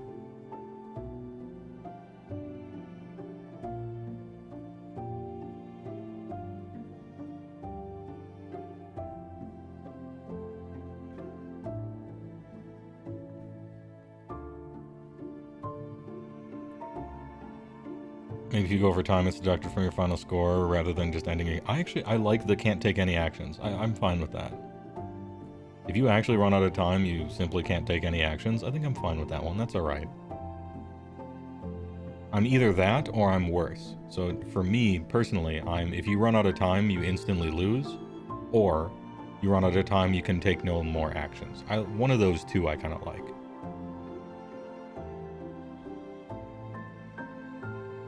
It's not just movement trays for horde armies, it's also hit rolls, wound rolls, saves. Yep.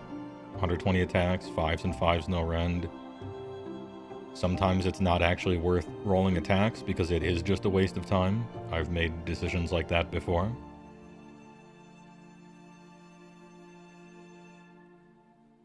Chess clocks in chess make sense because the armies are equal. Armies aren't equal in AOS. True. True. But I'm a big fan of informed consent. If you know ahead of time, I think we're good.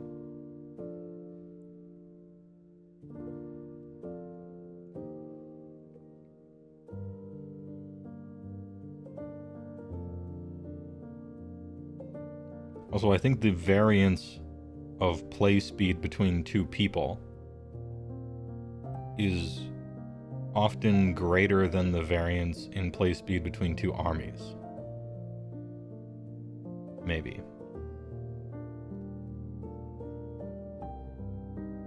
And I suppose you can double up on that too. No more one-drop battalions. If you want a small army to go first, then so be it. As long as there's still a way for the player to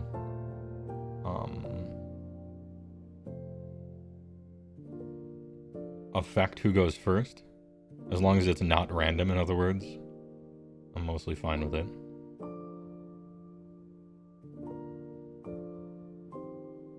One of the big tournaments has it so you lose VPs if you go to 0 time. Sure. I think I prefer the other two, but not in a way that would stop me from going to that person's tournament or anything.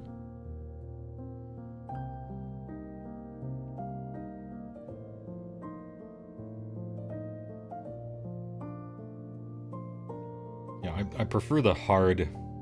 I prefer the real hard, like, either you lose or you can't do anything. I don't think it should be a strategy to use up 100% of your time. In general.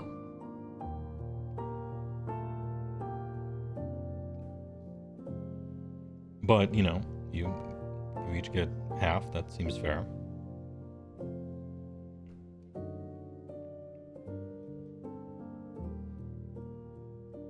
Alright.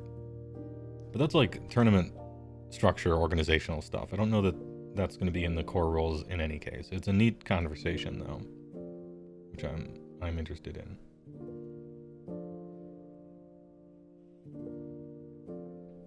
I don't see it being universally adopted because of the nervousness that it inspires in new players or first tournament goers or something like that.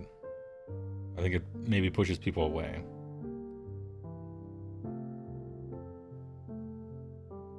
Overhaul Mysterious Terrain, that's your request for 4th. Man, speaking of things that that a lot of people just choose not to play with. In keeping with battle tactics, we have Mysterious Terrain, aka Arcane. I mean, it's not only Arcane, but for the meme, it's only Arcane.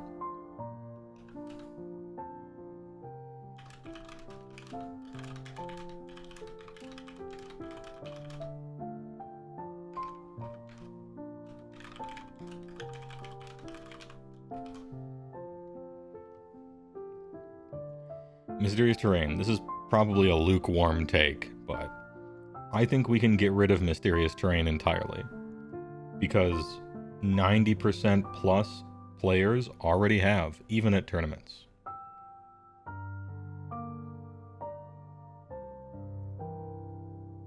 I guess, if everyone's breaking the rules, should we kowtow to them? I don't know.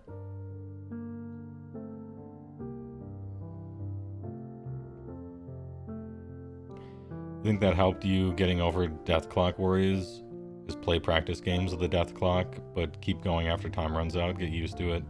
You can practice, play on the clock without the anxiety. Yeah, you can practice. Like, that's a lot to ask someone to do. It's what they probably should do, but, you know, it's still kind of a lot to ask someone to practice. It's a lot to ask someone to practice. Deadly Terrain is this tiny little negative everyone forgets. It technically goes off all the damn time and it sucks.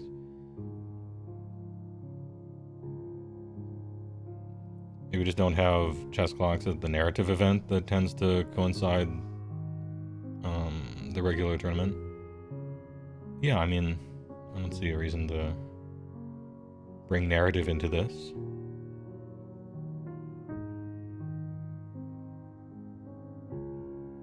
Things like a free plus on the cast is just not something you want randomly assigned by terrain. Basically same, but it's also a pain. It's a pain to roll a bunch of fucking dice before the game, put little pieces of paper that are gonna get moved all around. What does this terrain do? None of them fucking matter except for Arcane, almost. It's just a waste of time at the beginning of the game. It takes long enough to set up a game. Setting this up takes, what? If both players work on it, maybe 1 minute. I still think it's a waste of time.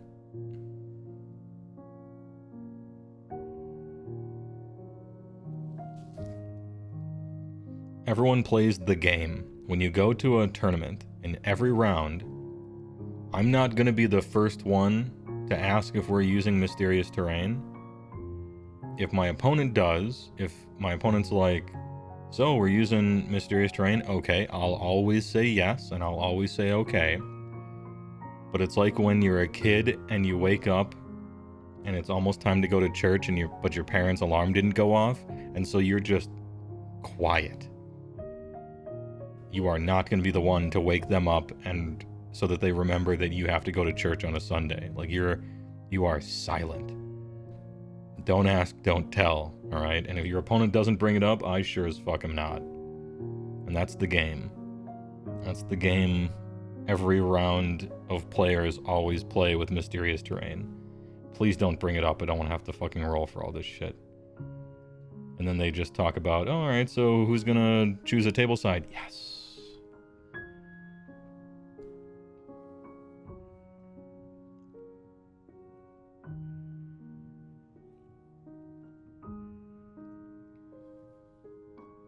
That one kid at the end of class that brings it up, god damn it. Fine, we'll roll 8 fucking d6 and consult the stupid table and put the stupid piece of paper next to all of them and they don't fucking... Fine. It's by the rules. I'm gonna follow the rules if I have to, right? So anyway. You're shocked to hear people not playing with them? It's because essentially only one of them matters and it's random and it's kind of a waste of time and it's just annoying. Those are the reasons. There's nothing like... it's not deeper than that. It's actually just annoying and most of them don't matter. And it feels like a waste of time. If the TO assigned them already, I will 100% abide by their rules. For sure. But if the TO didn't assign them, I'm not trying to roll for them unless my opponent reminds us. You don't think the terrain rules are that bad, they just need to be more impactful? I think they need to either be more impactful or not exist. They're in a bad spot right now.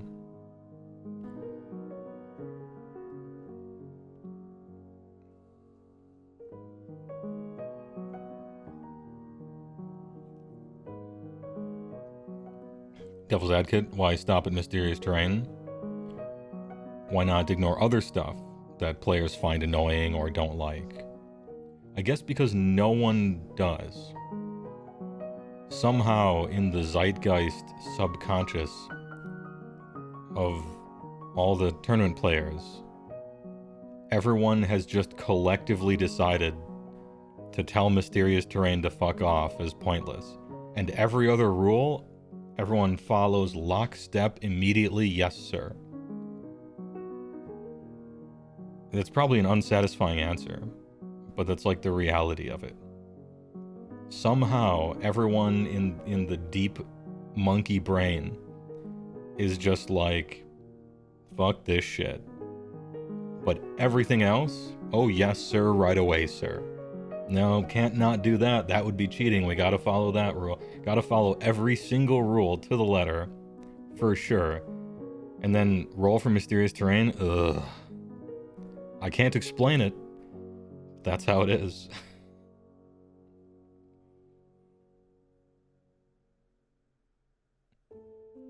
Yeah, so why not ignore a whole bunch of other rules? I don't know. I think it's because maybe players in general aren't in the business of ignoring rules. It's not like I'm driving a rules-ignoring car down the highway and I'm seeing which exit I'm gonna stop from.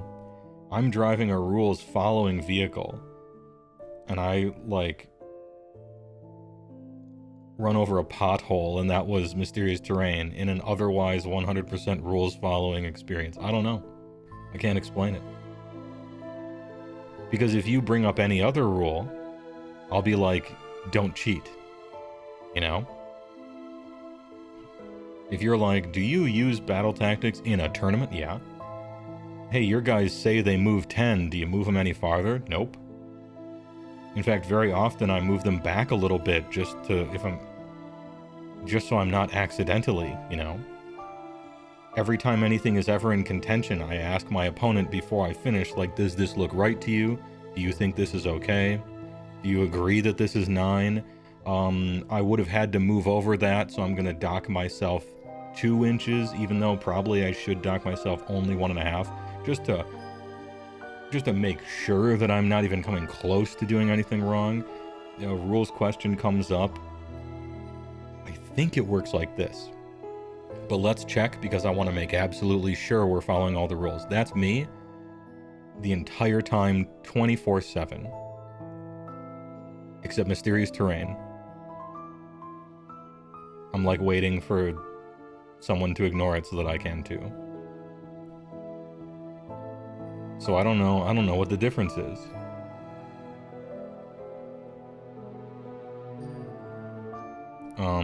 Switch hats? Sure.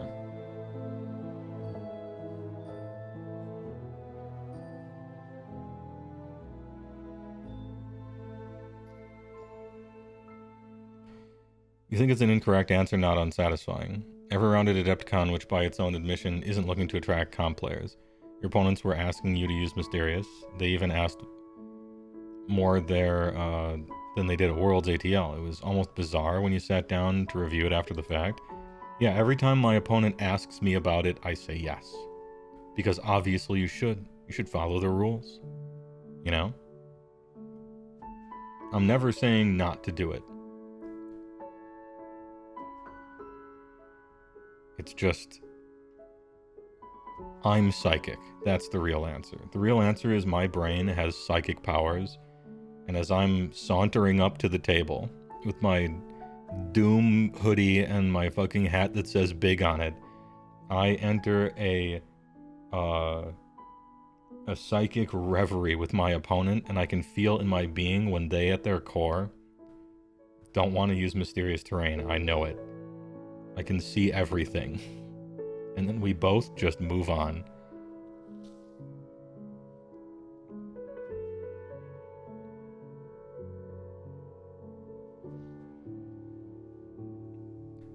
IMO full circle. If you make mysterious terrain features appealing to use, people use them. Of course, yeah. Because, to be honest, it's one of the complaints. When I ask people, why don't you use mysterious terrain? Because I ask, I'm curious. Why don't you use mysterious terrain? They're like, it's a waste of time. I don't like rolling and looking at the stupid table and then putting a little piece of paper next to all the that's annoying. Okay. Essentially, both of them are like, it's annoying or wasting time, but it's always those two. And none of them fucking matter, except for Arcane. And so can we just pretend, like, when I ask people why they don't, it's always those three. It's that they don't matter except for Arcane. They're annoying and they waste time. You gotta roll for every single stupid thing on the table. None of them fucking matter. Deadly doesn't do anything. And then whichever side has arcane is like grossly favored. Not really, but that's how people like think, right? So if you made them way more important, then yeah, I think people would just use them. Especially if you didn't have to roll for them. That's a big... That part sucks. That's one of the main things. And you don't have to do it for like every individual piece of terrain. That's another big one. If we're talking about casual play, all of them would have to be like, or many of them would have to be like good. They couldn't all be like bad.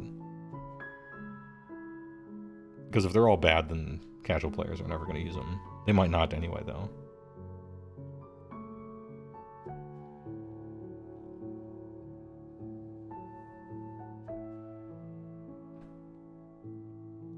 I think they should affect the whole table. If I were to do it, because I'm kind of like, to me it matters a lot how much time you're wasting before the game begins and during the game. I like it as like a, what do you call it? Remember the Realms of Battle, the really cool thing they had in 2nd edition? Where sometimes you play in the Fire Zone and sometimes you play in Chaemon and all the rest. Roll one time, and then that's like your terrain for the whole table. Like for each of the terrains in the whole table. Yeah, kind of like the plane you're on, the weather effects, you know, the location, whatever.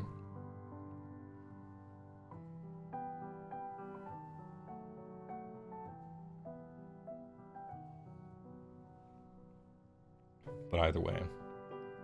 Did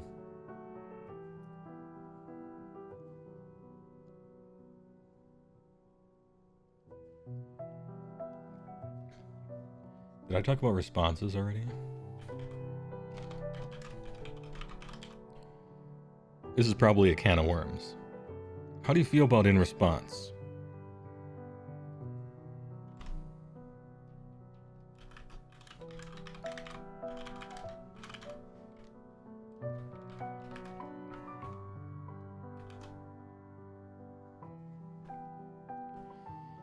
I'm talking, broadly speaking, about you having decisions and abilities to use on the opponent turn. Not which ones.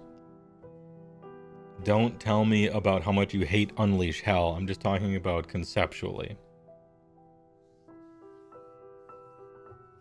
Big fan in response? Yeah. Talking old school Magic? Yeah, I'm talking interrupt windows. Alright? Pre-6th edition. Those mana sources on the stack. Well, okay, that wasn't the stack, but you know what I mean.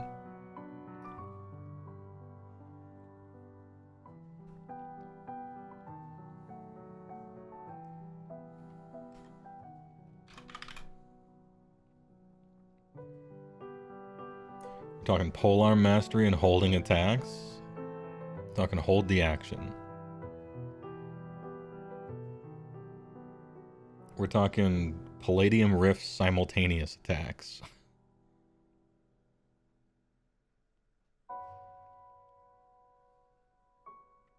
COS orders? No. To me, COS orders are an army book thing. This is more core rules. So core rules. My experience with COS orders was, my opponent told me about all of them. I absorbed 0% of the information my opponent told me when he told me all about the ones he had. And then during the game, my opponent at a few different points just randomly said, hey, I get to do this in response, you lose. And then that happened like 2 or 3 times. And that was me playing against Cities of Sigmar. They were a good opponent. They dutifully explained to me exactly what their shit did. I absorbed none of it. And then during the game, they absolutely destroyed me with stuff that just happened. It was sweet. I like Cities of Sigmar.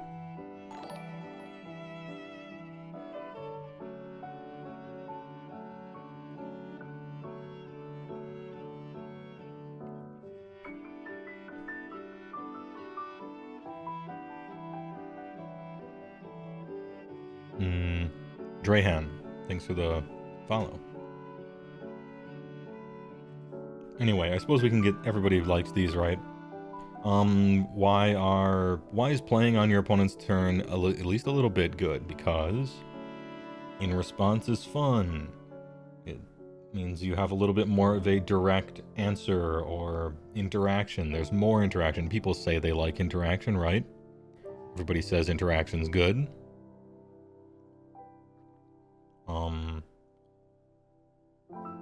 It's much better than... Okay, so not playing the game for a super long time is bad. We can all meet in the middle on this one. If you've been playing Age of Sigmar for 2 hours, and an hour and a half of those 2 hours you weren't playing, that sucks. This is one of the reasons why people don't like priority and double turns. Is because when an opponent takes 2 turns in a row, you're just fucking sitting there for an hour and 10 minutes while your shit dies. Right? That sucks. Ahem.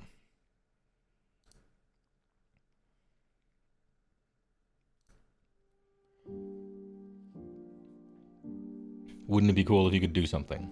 I had to start the next song. Apologies. Keeps people engaged rather than wandering off to get a drink or something? Yes. Which I did.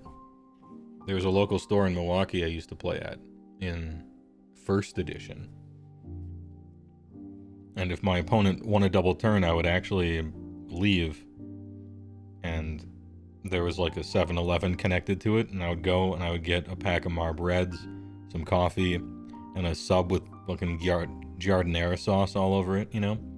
Come back, sit at the table, eat the sub, go outside, smoke a cigarette, come back in, and then it would be my turn. And I'd just be like, how much died? And so, I don't know. Having the game be like that is probably not ideal, though.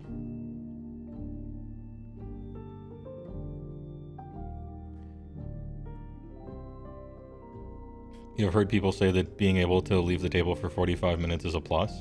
I mean, I think they're memeing, much like I was just memeing right there. Obviously, you gotta be rolling saves the whole time, right? So.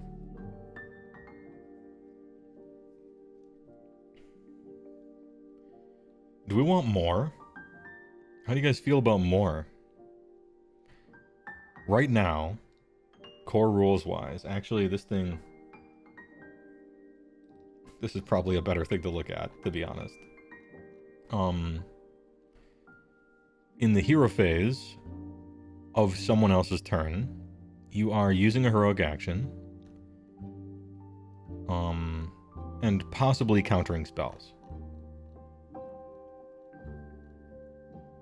And then in the movement phase, you're possibly redeploying. And then in the shooting phase, you're possibly all-out defensing. And in the charge phase, you're possibly Unleash Helling. And also possibly using a Monstrous Rampage. And then in the combat phase, you're possibly using all-out attack or all-out defense, one of the two, because this one's actually you go, I go, right? And then in Battle Shock, you're using Inspiring Presence. So you have like one ability to choose to use or not per phase, it seems to me, on the opponent's turn. Plus whatever you have in your book. In an opponent hero phase, you actually have 2 things to do. You got heroic actions, of which you can use 1. And it's always heroic leadership. And it always fails. Once per game, it's finest hour. And you're unbinding stuff.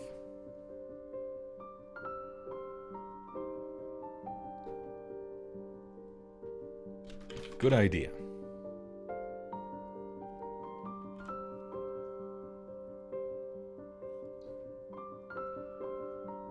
Are we gonna go through these? I don't know. Maybe we should say, like, this is probably a foregone conclusion. Do you want more? Hey, Age of Sigmar player, gamer, Would you like to have more stuff to do on the opponent's turn? Like more choices here? More heroic actions, you know? Oh, maybe there's 3 command abilities you can use in the shooting phase, or... Do you want more choices? Do you just want to have more fun? It sounds like probably everybody just says yes, right? Ogres don't have a lot of extra in their book? No, they don't. But that book was phoned in for sure. And so was the last one. So we're due. Gambler's Fallacy, we're due for one of those good ones. For your limited brain space, it's the perfect amount for you. There does seem to be 2, right? Like they might have decided we'll just have it be 2 per phase. Like, at the double, this is the active player gets to do this. Redeploy, the non-active player gets to do that. All out attack, active player gets to do it. All out defense, non-active player gets to do it. Or to victory, active, unleash, non-active. Monsters Rampages are different, just everybody's be doing that, right? And then Battle Shock, there's only one thing to do. And Combat, either ones can do both of those.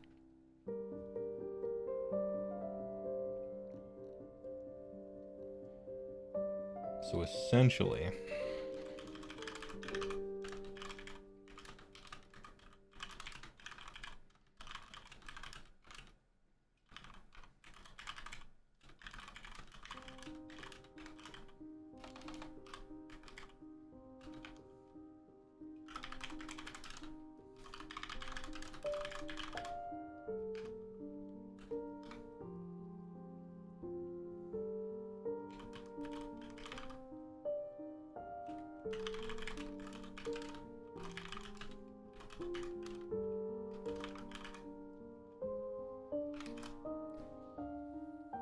So we got, essentially there's one active player choice and one non-active player choice per phase in movement, shooting, and charging.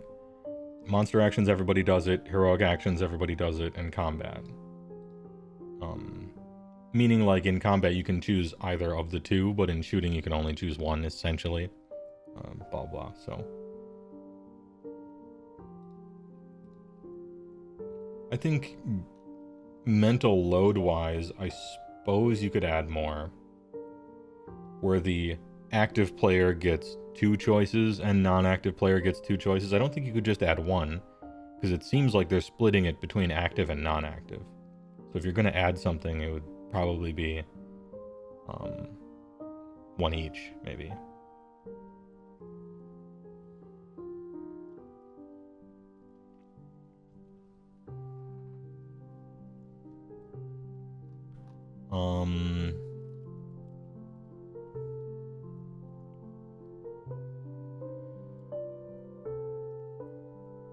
Heroic Leadership to get a command point. Heroic Recovery to just heal. And Heroic Willpower to create a spellcaster so that you can unbind. And then Finest Hour. Finest Hour, I really like this. This one's fun.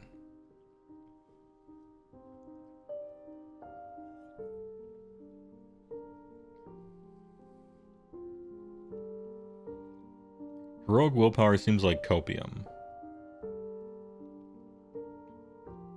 Heroic Willpower feels like they wanted to make magic more of a bigger part of the game, but they couldn't be fucking bothered to update the armies so that they had the tools to compete, and so they decided to just write a core rule as a band-aid fix and make it a heroic action. I don't think Heroic Willpower needs to exist. We can outsource that to the battle tomes themselves and give people protection from magics in the ways that they should have regardless, right? What would even... Heroic Leadership feels so, like, generic, kind of always the choice, right?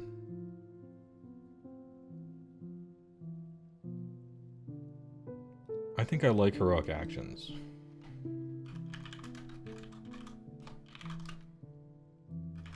Heroic actions are cool, but bit boring.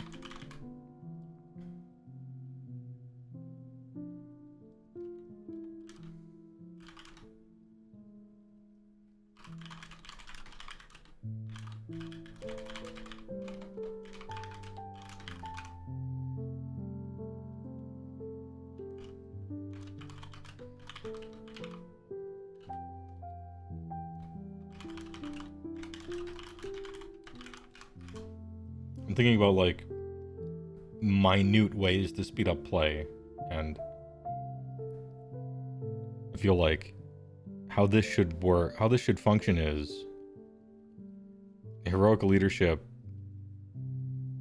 is on a 4-up. Unless your general's been slain, then it's on a 2-up. And heroic recovery is you roll 2d6 and do a bravery check for some reason, and see if it works. And then heroic willpower just works. And then finest hour just works. I feel like they should all just work, or you should roll a 3-up way up here, and if you get it, then you just pick which heroic action you want. Because then it, like, I don't know, I think it makes the average player make their decision easier.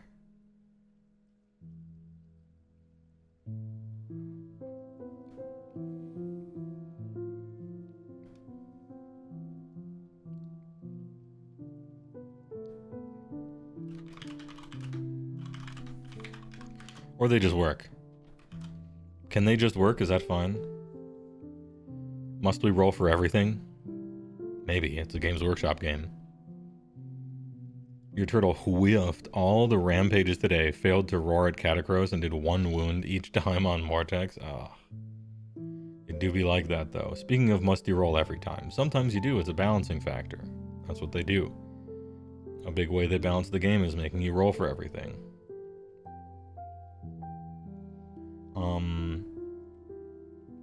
Oh, here's a question, chat. 4th edition comes out, and you read it, and the monstrous rampage called Roar only works on a 4-up instead of a 3. On a scale of 1 to 10, how surprised are you? And do you think that was correct?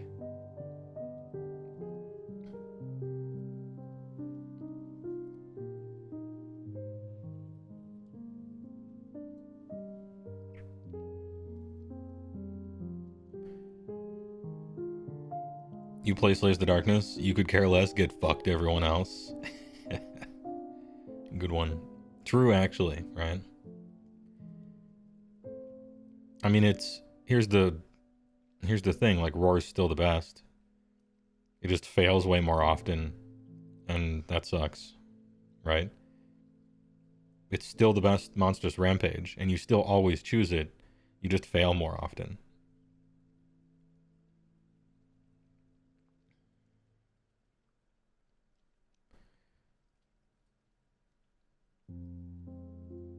Monsters are expensive and cool, and they seem to hate them in this game. Yes, they're afraid of them being good. They put a lot of, like, random anti-monster stuff in the game. I was surprised they made monsters rampages at all, actually. They're, like, as you wound them, they go down in life to equalize them with the fact that a large unit slowly takes damage, you know? Give other good options. You just have to make new ones, right? You consider how strong you want them to be. Do you want them to be as strong as Roar? Because you could write 3 others that are as good as Roar. You could do it, right?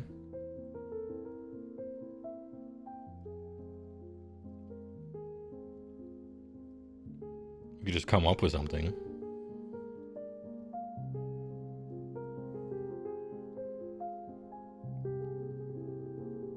Smash to Rubble definitely has to do something, that's for sure.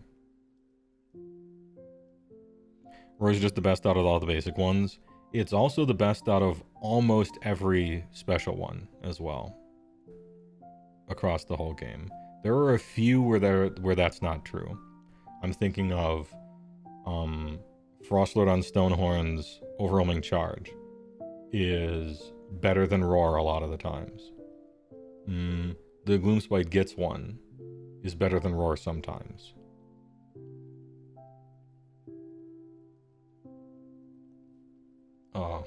Hold on. There's got to be another one in the whole game that's maybe better than Roar. The Mega Boss on Maw-Crusher one, if you have the one mount trait, maybe?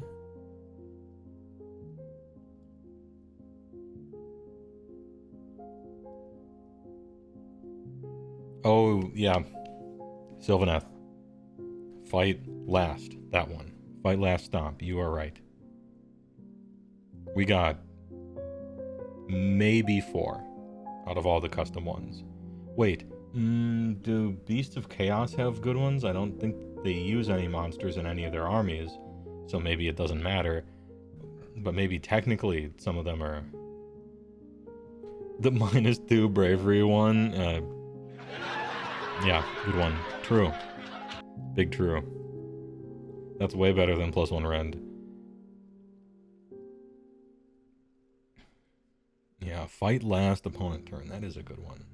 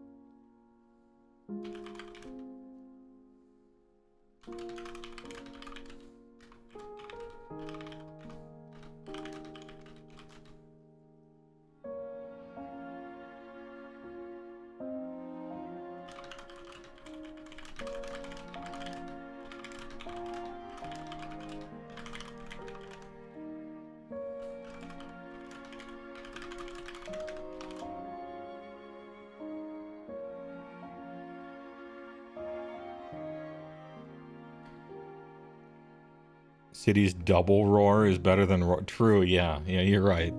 You're right. City's double roar is better than Roar. You are correct. Monsters' actions get high marks. Roar is maybe not too good, but it is way better than the other core ones. And so rebalance, either lift the others up, or bring Roar down, or both, like something, right?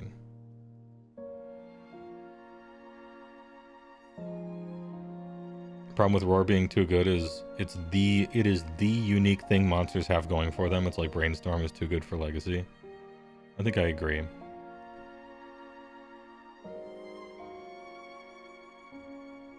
I think that's worth it. That's worth a note, I think.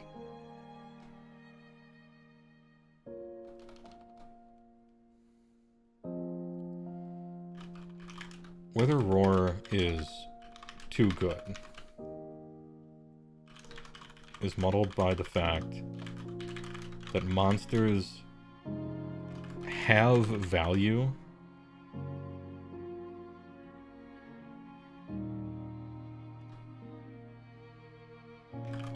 largely because of Roar as one of their main selling points.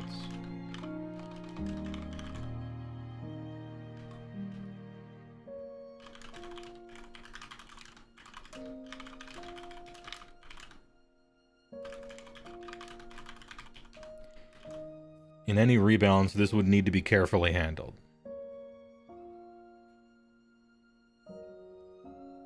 Yeah, I think whether you consider Roar too good or not, it's a fact that the value of a monster is, to a pretty decent degree, like, you're buying a monster because they're giving you access to Roar.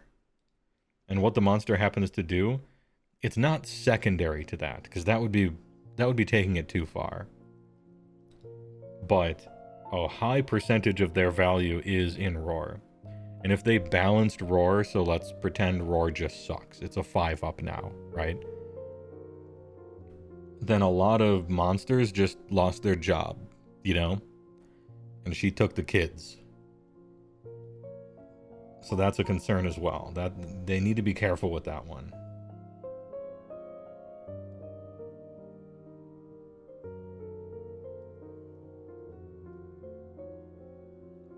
Might be better to have monsters' abilities as once per game abilities. Roar works every time, but only once per monster. That's a crazy, crazy nerf. One of the reasons monsters' actions are so good is because they work twice a battle round. My turn and your turn. Then my turn, they work 10 times unless the thing dies, right? It's always working. You're always getting to try it. Sometimes you get monsters into combat just so that like that happens. Having it be essentially for one phase only for the whole game would be so sad for me. Now, I say this as a Monster Mash Beast Claw player, right? So of course I would. But that's like the one of the main cool things I do. And I definitely don't want it to be once per game. Oh, that sucks.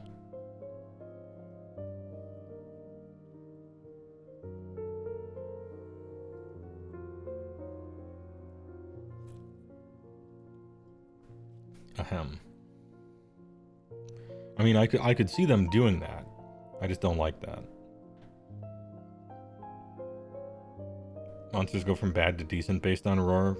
Yeah, I suppose. I don't think you really...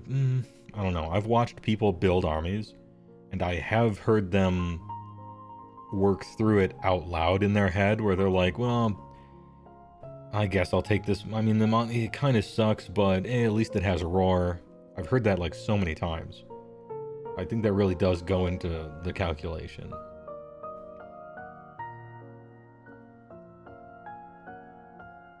Now, maybe that whole situation is just a big band-aid.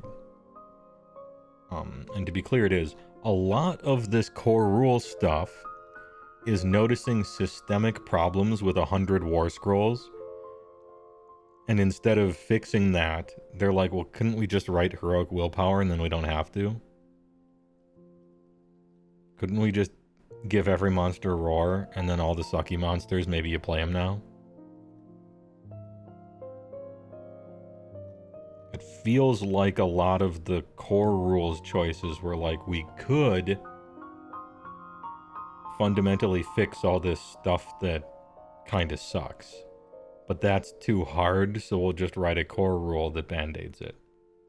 That's a lot of the core rules to me, in third especially.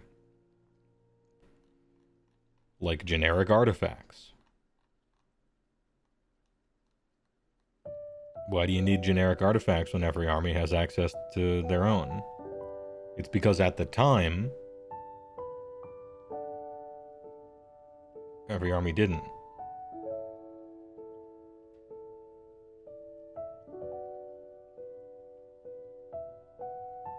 Because they had like old rule ones, and it was going to be 3 years before they gave them another book. But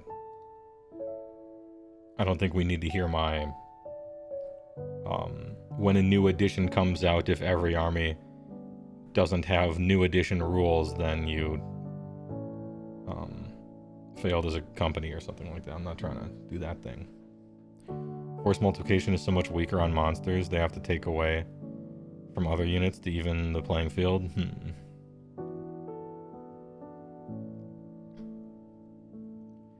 Heroic actions are there to fix foot heroes, but then they made it one action per phase rather than per hero. Yeah. Oh, and also they're like, man, shooting is too strong. So we're gonna make lookout, sir, so you can't snipe, and we're gonna give rally, so that when you get shot as you're walking up, you can be getting guys back. Because of shooting. I think they made both of those things explicitly because they wanted to nerf shooting. Rally and lookout, sir. And then they gave shooting unleash hell anyway, which is, and it's even worse than it used to be from like a fun perspective, you know? Nuts. It's weird.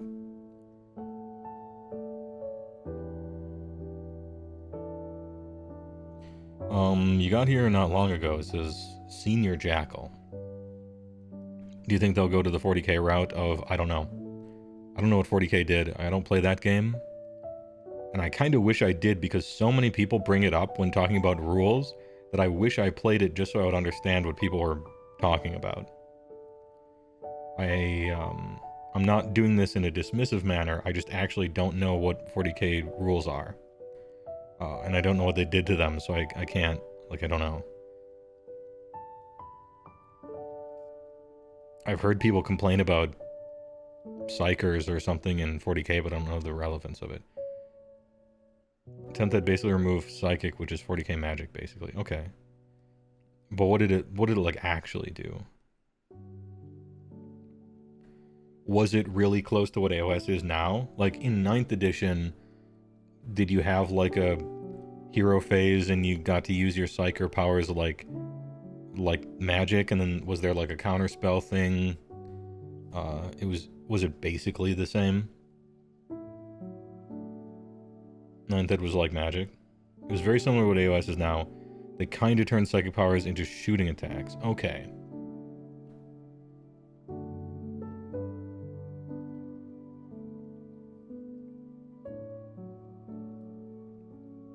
Psychic was after movement? Yo, powerful. Okay. Because in Age of Sigmar, magic is before movement. So you have to have pre-set up where you want to be last turn.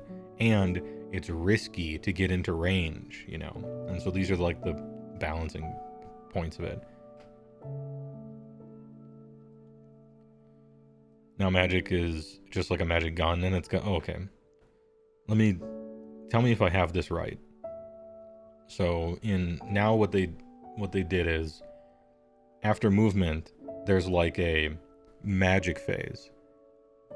But you essentially have a little keyword on your war scroll that says magic, and then one of your abilities is like magic, target something, do damage. And it just like kind of happens, and then there's a shooting phase. Is it like, if you squint, it's essentially just like magic shooting for a keyword, and now you're a wizard, so stuff hurts you harder, or...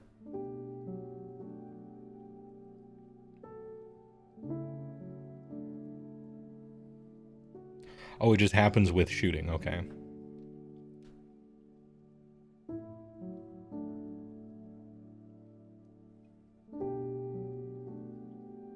Okay, so when Guy said that they basically removed magic, 9 times out of 10 when anyone says that, they're exaggerating, but actually, this was the 1 out of 10. To say that they basically removed it isn't a crazy exaggeration. As a matter of fact, it was the 1 time.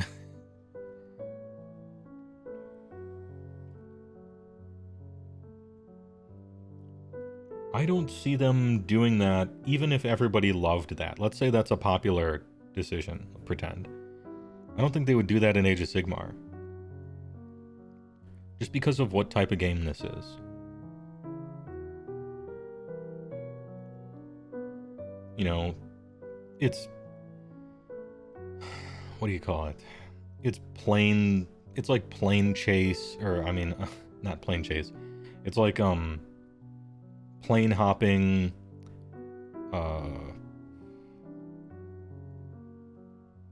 Greek legend kind of high fantasy stuff, but it's very like magic is super important, and it's probably keeping its own phase, you know.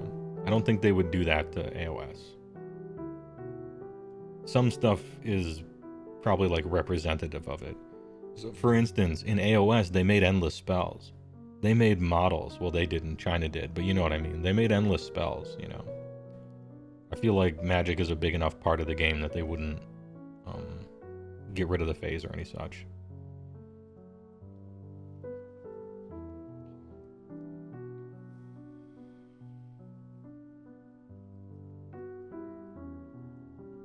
Magic is too iconic for a game like AOS. That's kind of how I feel. You made your own models because they didn't? Got them. What do you think about making endless spells an enhancement instead of costing points?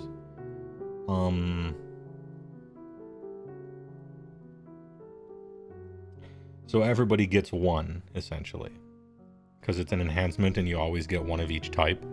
So every army just kind of has an endless spell for free. In a similar manner to every army, well, not every army, gets a terrain feature for free.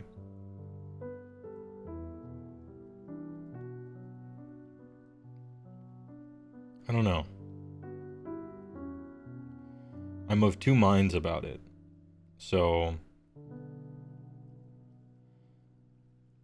there's a way that could be totally fine. So you have armies that are supposed to be really magic heavy. Then having endless spells be an enhancement is fine for them. They want those. That's cool. Good. Here you go. It's a free endless spell. Happy birthday. And then there's armies that aren't really magic heavy. They use priests, so fire slayers and beast claw raiders and stuff. And if they already have the endless prayers, cool. If they don't, you probably just make an invocation and give it to them. And then, okay, you guys get your thing for free. And then the armies that are neither, then I guess you just bake that into the rest of their rules. Like, with the understanding that you don't get an endless spell and you don't get an invocation, your army's slightly better in this way or that way, and that's the balance of it.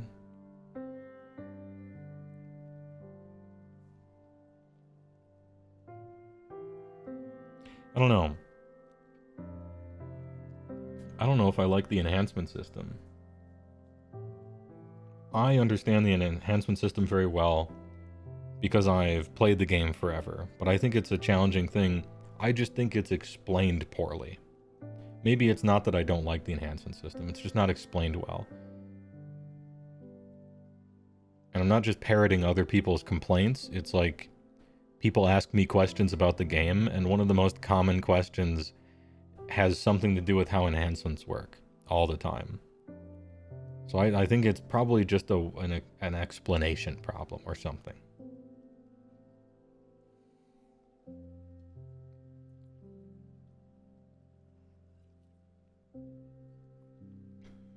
Ogres should be allowed to eat endless spells. We have a trait for that. There's a butcher, I think it's a trait. If there's a butcher general and you take this trait, you can eat endless spells. But it hella fucking sucks, obviously. So no one ever takes it. But it is in the book. You know, there is that.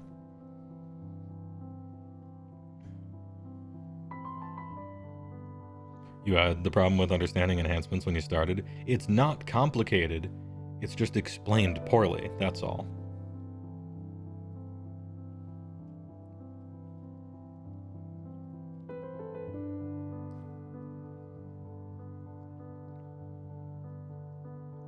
I don't know what to do with the endless spell thing, I guess.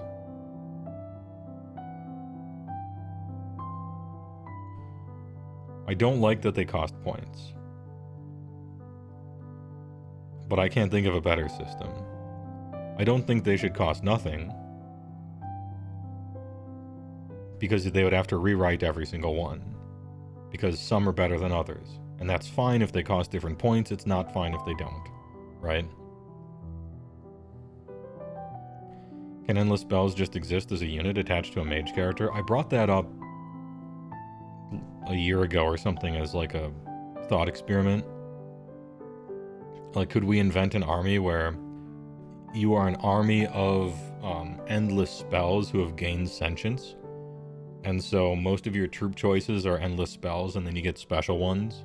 And, like, how would that work? And you have a bunch of, like, mind-controlled spellcaster wizards running around that have no, head empty, no thoughts, and if you killed the wizard, it would, like, unsummon the guy, or you can steal your opponent's endless spells and stuff. Like, it's kind of an interesting idea. It's kind of like what incarnates are, yeah.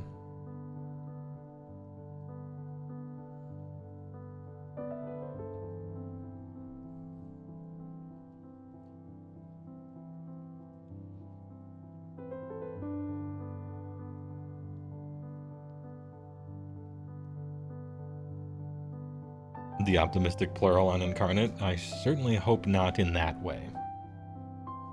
But yeah, that is incarnate.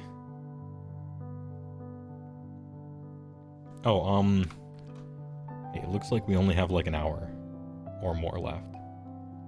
We're doing, because we could go through all the rules and stuff, but I want to cut to the most important shit, right? Props, slops. Best thing about third, worst thing about third, go. So I have some notes here. Instead of just talk about each individual thing, let's cut to the big ones. Are we back? Ah.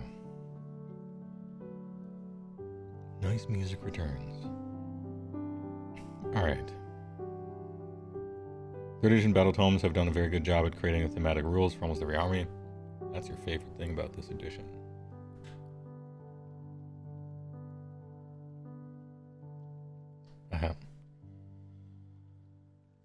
Best thing about third has been cross-faction balance. It's actually a good point.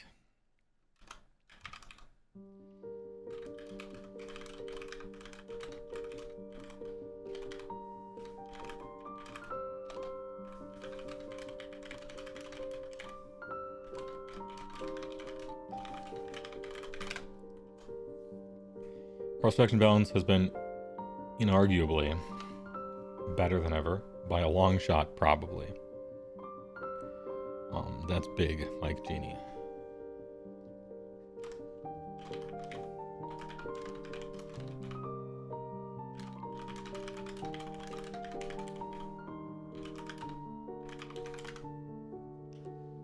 Internal balance, less so. But that has been a perennial problem for all of, apparently, Games Workshop's entire history, so okay.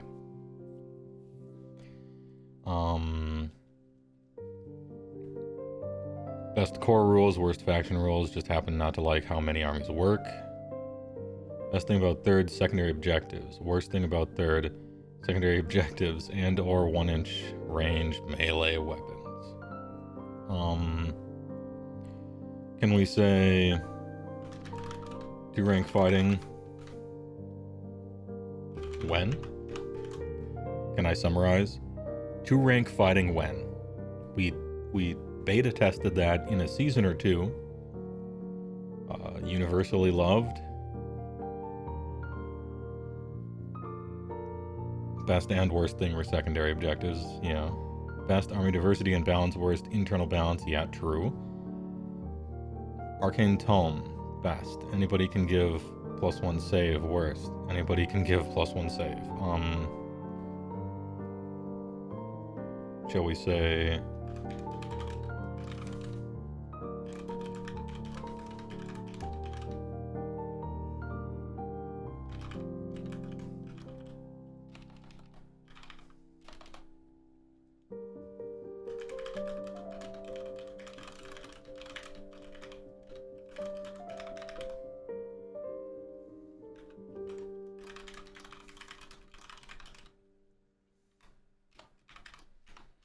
Can I do this?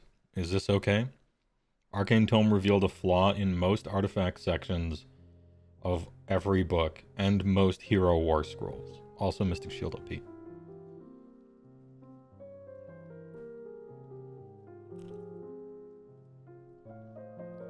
What's a big reason why Roar is considered so good?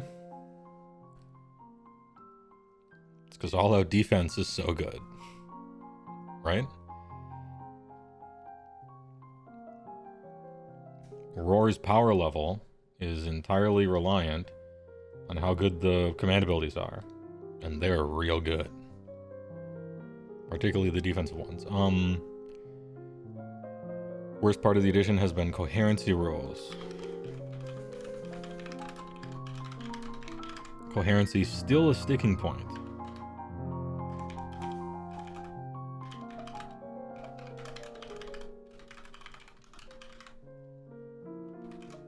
Are arbitrarily a 6-man unit, maybe? I don't know.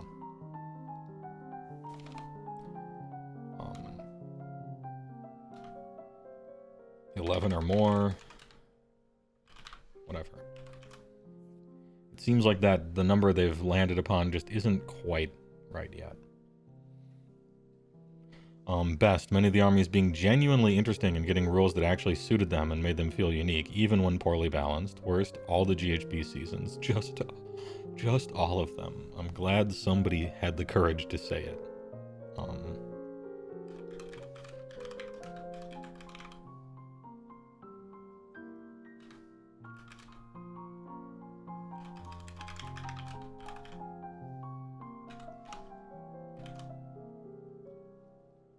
Every GHB season was essentially bad in a whole bunch of ways. Okay. Oh, I suck for 6 months. Awesome. The way things... Yeah, we could talk a long time about that. I'm just gonna put a...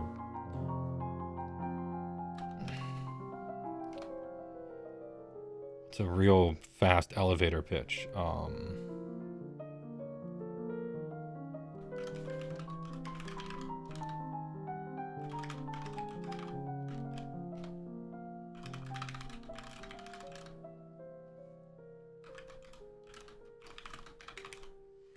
I don't know. I'll write some words. It created meta anti-seasonal, being usually the best, BTs you lose, just all of it. You don't know it's explicitly a third thing, but the game having no entry point to real AOS below 2k is really shitty. You don't know if that was also the case in 2.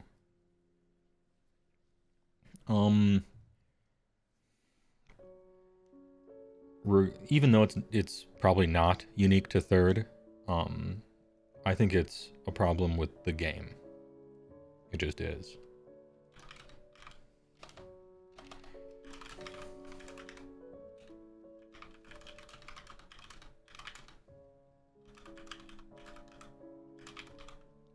The on-ramp towards 2k is not satisfactory.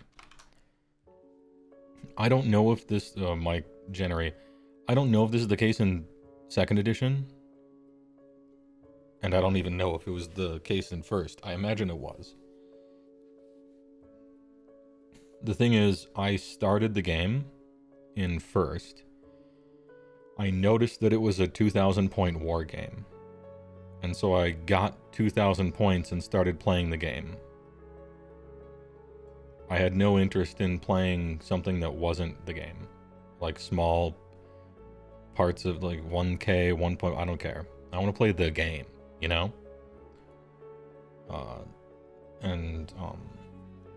I didn't even think about that. It took like forever for me to realize that like no one does that.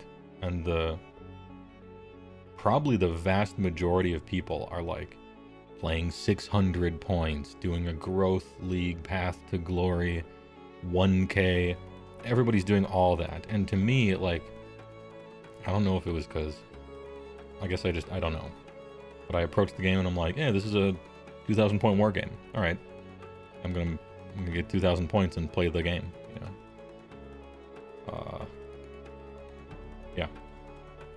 And so I was blind to how bad the on-ramp was and how unbalanced and swingy, you know, 1k is and all that other stuff. Because I'm just like, why would you want to not play the game?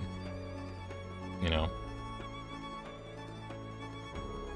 I mean, you can technically play Pioneer on MTG Arena instead of EDH in real life, but why would you want to play the shittier version of Magic? Just play the good part of Magic if you want to play Magic. You know, I don't know. Anyway, but tons of people don't think that way, and so it's probably like really important to do that.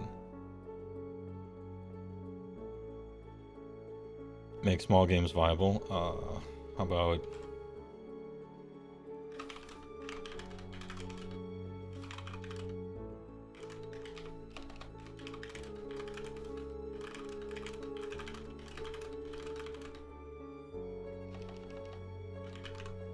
low point games should be proper games that are balanced and fun, I guess.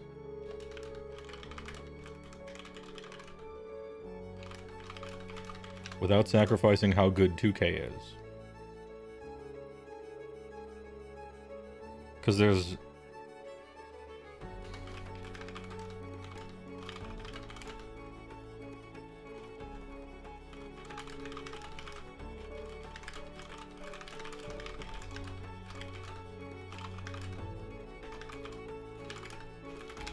You want them to play the same. I don't think it's good if 1K uses like totally different rules, or very different rules, or even pretty different rules than 2K. At 1,000 points, you should be essentially playing exactly Age of Sigmar, it's just a smaller army, that's all. You know? Like, 1K doesn't have priority, and also here's this extra rule and this extra rule, and it doesn't use that rule. I mean, ideally you want them to just be the same, because that's an even easier on-ramp, right? Yo, this music is getting, like, slightly too hype. Tap it down a little bit. 2K or bust. 1K is for practice of a rule set and learning, not a competitive game. True, I agree. But so many people think that it should be, that at a certain point the customer's always right. You can't tell the people they're wrong, right? You know?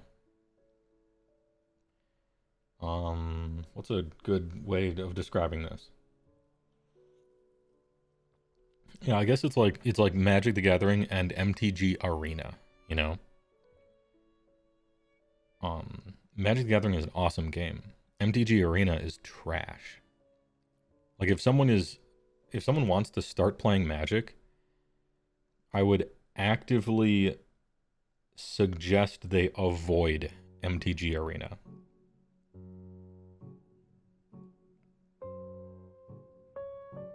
But so many people play MTG Arena that you might as well improve it, I guess, or something. You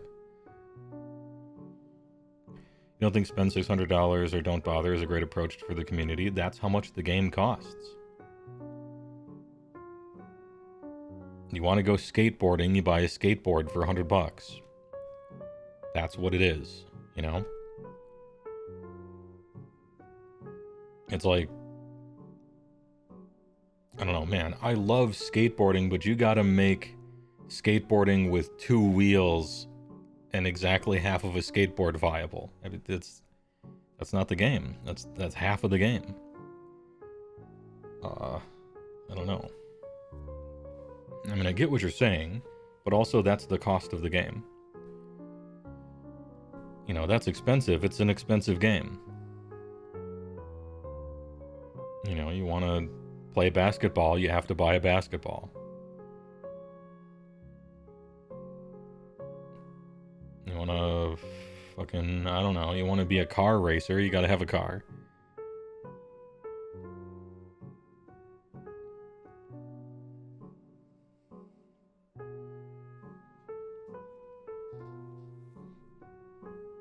But that's not a satisfying answer, company-wise.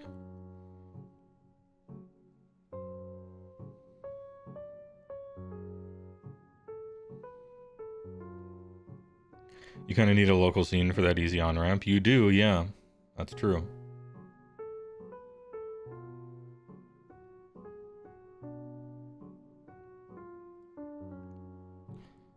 Also, think about your army that you play. Think about the worst, most useless trash. War scrolls in it. Those are designed for 1K.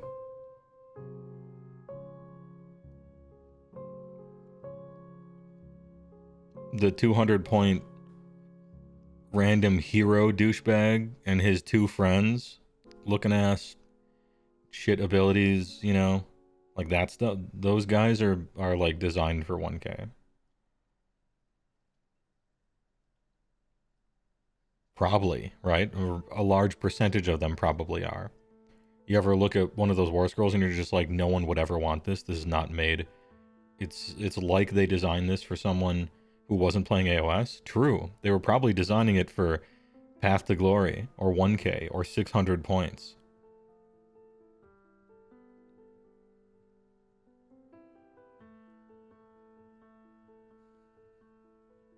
That's not how people build 1K, but that's probably what they were designing it for.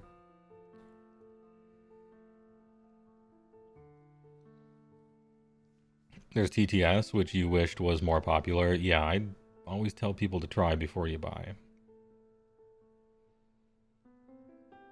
You've kind of liked the tag team attacks where a hero attacks and a nearby unit attack immediately after. See, I disagree. I hate that. I don't like that at all. They wrote that on some Hero War Scrolls and pretend like that is something. I don't know.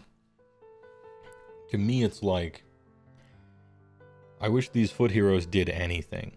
And they're like, what if when they physically melee attack, they bring their friends in and nothing else, no synergy, no buffs, no wizard, no nothing. I'm like, well, that's nothing. And they're like, no, it's got a paragraph on there. That's something. That's how it feels to me. Maybe I'm asking for too much. But I see a hero whose only ability is pulls in nearby troops. I'm like, why? In 2nd edition, that'd be cool because you had to have heroes next to your units, but we're living in 3rd edition land. Unit champs issue commands. I only need a hero nearby if he does something, and that dude doesn't do anything. I don't know. That's how I feel about it. Maybe I'm too fatalistic about it or something like that. I'm not sure. But yeah, and then the hero does exactly 1 point of damage maybe, and then the unit, like, does work. And if the hero wasn't there, you could have just activated that unit and done the same amount of damage anyway. I don't know. That's how it feels to me anyway. But I skipped over some once we got to that one. I'm going to try to go back to it. Best thing, faction diversity and themes. Every army you fight really does feel different and unique. Worst thing, the super high mortal output. In the game, kills diversity as a lack of wards just makes anything fall apart against spells, like Blizzard. 3-up armor save, army player detected.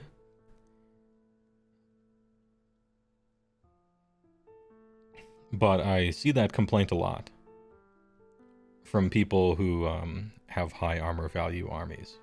Way too many mortals in this game. Mortal wounds aren't really ubiquitous. It's just players choose them always, because players build glass cannons. A common complaint of armies that don't have good access to mortal wounds is that the army sucks and does shit damage.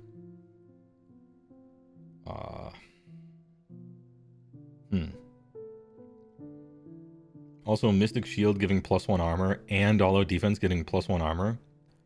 It's never been a worse time to rely on Rend. That's for fucking sure. Are mortal wounds too good, or is defense too good?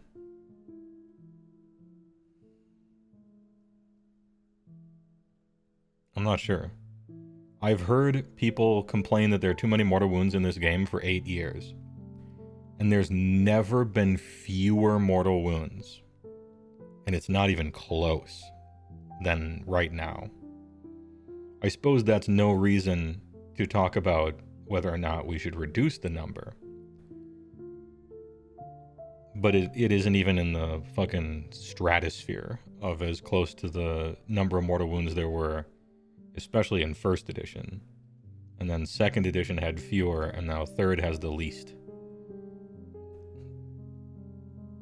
You know, there's a spell called Blizzard, sure, but like, I don't know. There aren't 30-man units doing mortal wounds on 2s with all of their 90 attacks anymore, you know?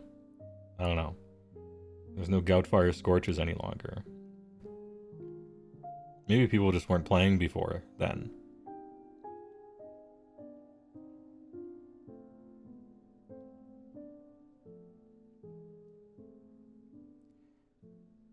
Yeah, to me, jeez. To me, it really is like the... No, it's the children who are wrong. Yeah. It's like, no, it's the children who are wrong. Am I out of touch? No, I really think it's the people who say there are too many mortal wounds in the game. I think they're just wrong. I think there are other problems floating around there, maybe. like maybe Rend isn't as good as it should be because All Out Defense and Mystic Shield are so strong. Maybe that's it. Maybe it just feels like there's so many Mortal Wounds because that's what everyone always builds towards, because players in a vacuum will always build glass cannons. I don't know. Maybe it's people playing Stormcast and they see their only weakness as, you know, they're sick of losing to it because high armor is supposed to be good, but it's not, because everyone uses Mortal Wounds, a negativity bias kind of thing. I'm not sure.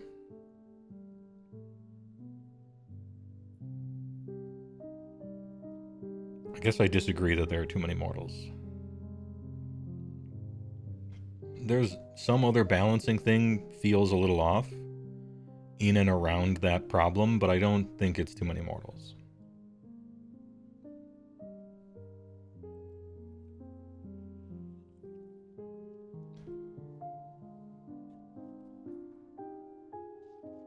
There is a unit or two that maybe do too much damage here and there, sure. But I wouldn't lay the blame at across the board a core sample of the entire game Mortal Wounds. I'd be like, yeah, maybe 5s for ranged Mortal Wounds is too good. From just a strictly damage point of view, you know? For that unit or this unit or that unit or that spell or something.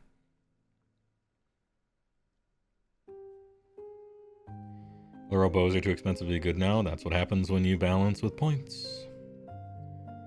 The army just shrinks and the wagons circle around the one good thing, and then when that thing can no longer be played, well, okay. House of Cards.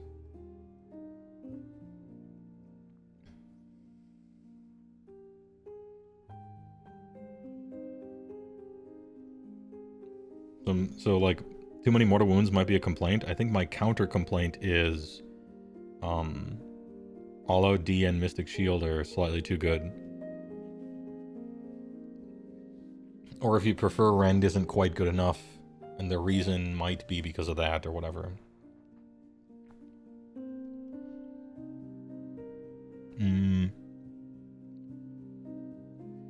Scrolling back up to see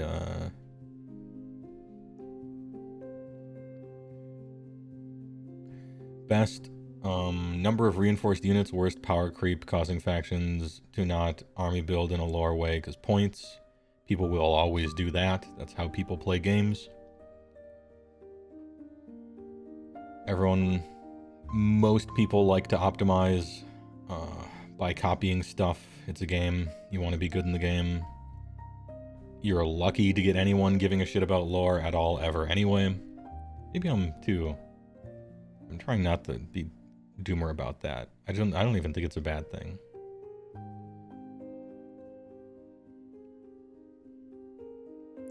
The power creep thing is, I mean, it depends. Power creep is an interesting conversation to have. Because, much like talking to a conspiracy theorist, they show you 4 points of data that are clearly in a line, and then they tell you this is what's happening. But they chose those 4 points of data on purpose in a sea of 10 million points of data. Because they believe something is happening, and so they just, like, choose stuff to show you. Like, you know, some brand new stuff is just terrible, and some brand new stuff is good. They made really cool, awesome, new sculpt. You think they're trying to sell you that, so they'll make it overpowered? Nope, it's just bad in the game. They do that all the time. Some books are amazing and get nerfed 4 times and are still good. And some new books are like, hey, it's a brand new book. There you go. Fucking lead pipe sound effect when they throw it into your car. It seems like it's all over the place. I don't necessarily see a power creep.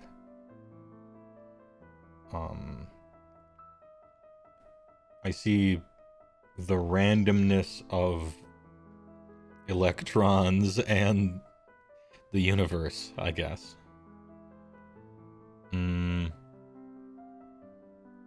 Oh, but what I will say, and agree with you kind of is, well, not a stride power creep, but,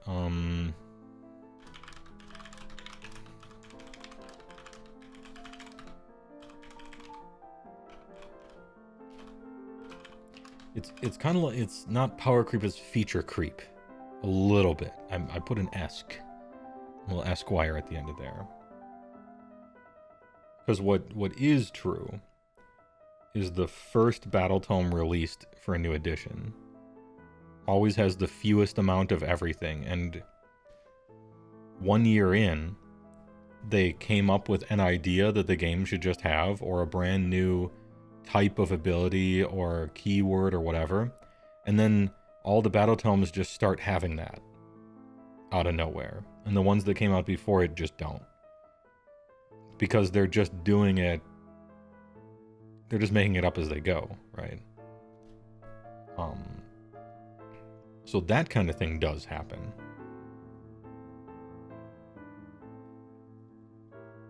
And they can never ever just leave it alone. When they come up with an idea that's kind of cool one time, they can't not use it every single book after that, over and until that's just part of the game now. And everyone has it. I don't know. They can't leave it alone. And this is a big problem in my opinion. And it all stems from they don't write all the books at the same time.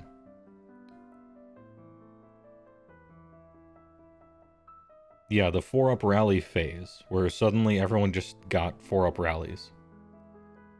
For a period of like 6 months, everyone just had a 4-up rally every book that came out.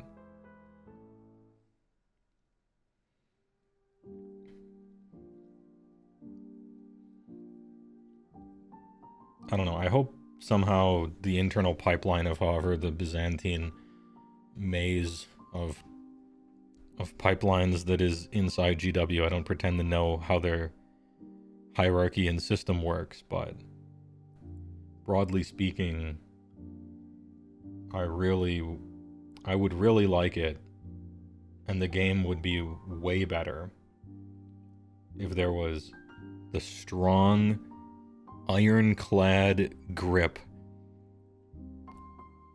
of a strong leader. Black armor, shining in the moonlight, the power. Yeah, this person has a vision. They know exactly where they want things to be.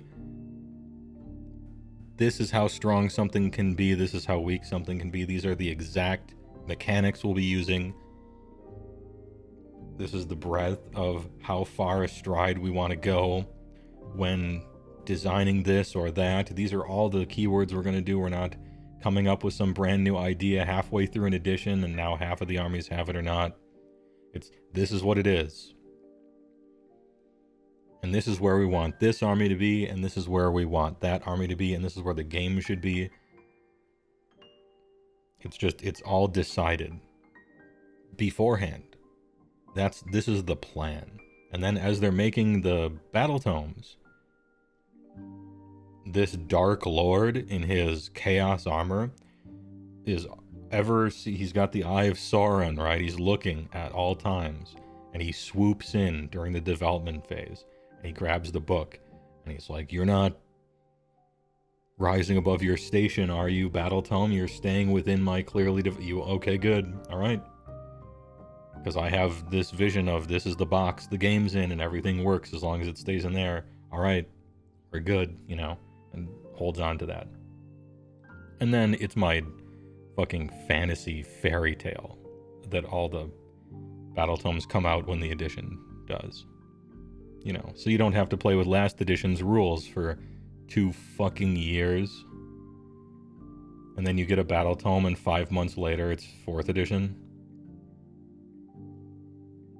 Unbelievable. This is still... Games Workshop has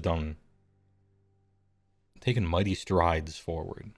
And they don't get enough credit for that. Because it used to be way worse. leaps and bounds ahead. But people are still okay with playing with last edition's rules for 90% of an edition, and that's crazy to me. It's crazy to me. How is this okay? What kind of unprofessionalism is this? What? Dungeons and Dragons 6th edition comes out, and they give you 2 classes, and they're like, sorry, you can't... I mean, you could play a wizard if you want, and it's compatible. And then like 2 years later, they come out with a brand new wizard. What is this? I know tabletop games are different, but it's my go-to example.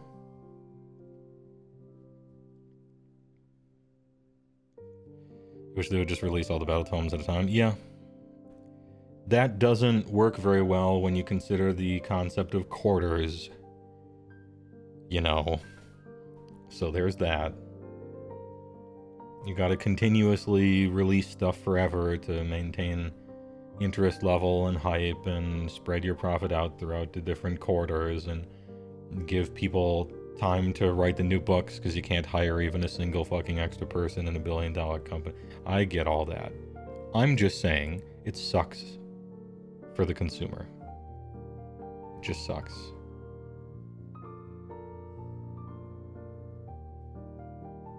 You got a book for every army. You played fantasy. Some factions had no books for multiple editions. Yeah. Yeah, that's why the game died. Yes. And it deserved to die if that's how they're going to treat their customers. Yes. Yeah. If you were playing an army out of a torn out piece of page from a fucking magazine that was 2 editions old, the game deserves to die.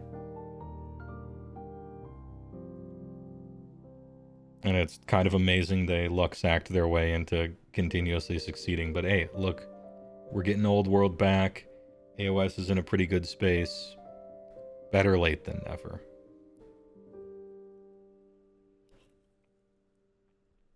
Ahem.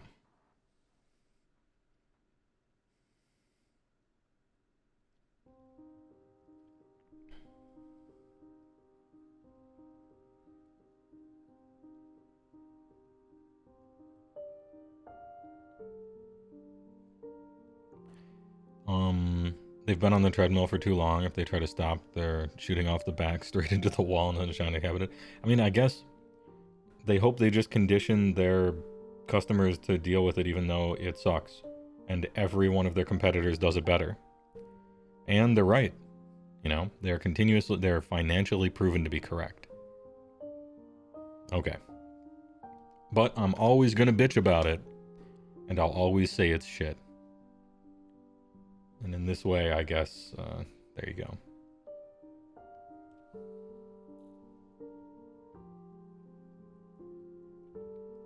You think Old World is DOA? I don't know. I mean, I'm not really interested in the Old World, to be perfectly honest with you. I never played the old game. I have no nostalgia for it. I didn't find the world to be particularly interesting among fantasy games. We got Tolkien at home, except for, I don't know, free shrugs, honestly. I was never really interested. I'm not the target audience. And the way they manage the game seems just mind-boggling to me. Okay? Didn't much care for the rules when I looked at them. Didn't much care for the models when I looked at them for the past 30 years. Didn't much care for the lore or the characters or the world. Boring. I don't know. I'm like 100% not the target audience. I really hope that the people who want fantasy like it is, I really hope it works for them. I really do. Even though I've been listening to Age of Shitmar for 8 years, I still hope they get what they want. Because it sucks when the game that you like dies. That sucks. And I think they turned mean because of it. And maybe if they get what they want for Christmas, their heart will swell to 2 times its size, just like the Grinch, and they'll be happy. Anyway, I wish them well. Switch hats, sure.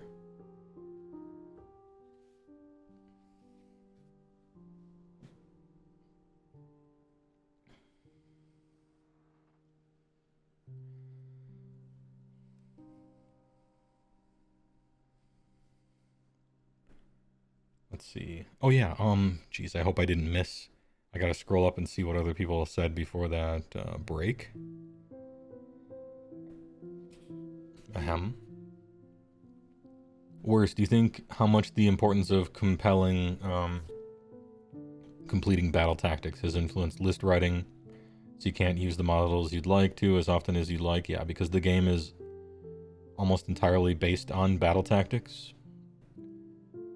You could almost call it Warhammer Age of Battle Tactics, you know, if you wanted to make one of those fucking red text thumbnails with the down arrow and, you know, Age of Battle Tactics. You want 2 rank fighting back? Same. You forgot, does AOS require doubled coherency if your unit is too big? Yes. Essentially, yeah. Best part for you has been getting to know a ton of people and making friends online. That's a good comment, but it is useless to me. I said the best and worst parts of 3rd edition. I'm talking specifically and mechanically. Don't tell me how many friends you made. I mean, it's a social game. That's probably that's like not a bad answer. But it's not in the context that I was looking for. Good meme, though, I guess.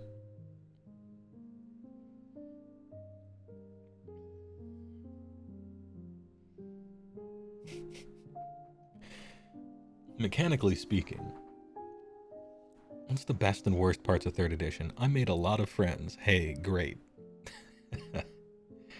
Honestly, though, like, that's good. That's why, that's one of the big important reasons why Age of Sigmar in general is good. However,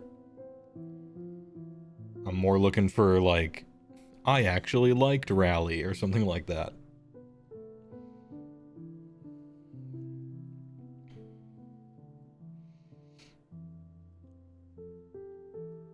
Old World seems like it will take up a similar position to Horus Heresy. I think so too.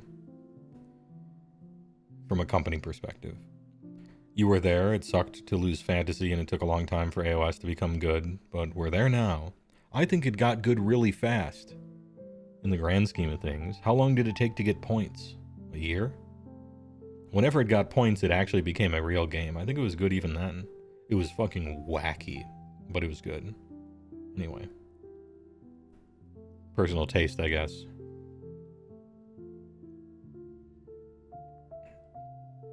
Also, was there anyone surprised Warhammer Fantasy Battle had to be put out of its misery? Probably, yeah. It's a rare thing to truly kill a game. You know? That's rare. Even games that were maybe in the red for years. Like, that's rare to do. Although, with streaming media nowadays, it's going to become a lot more common.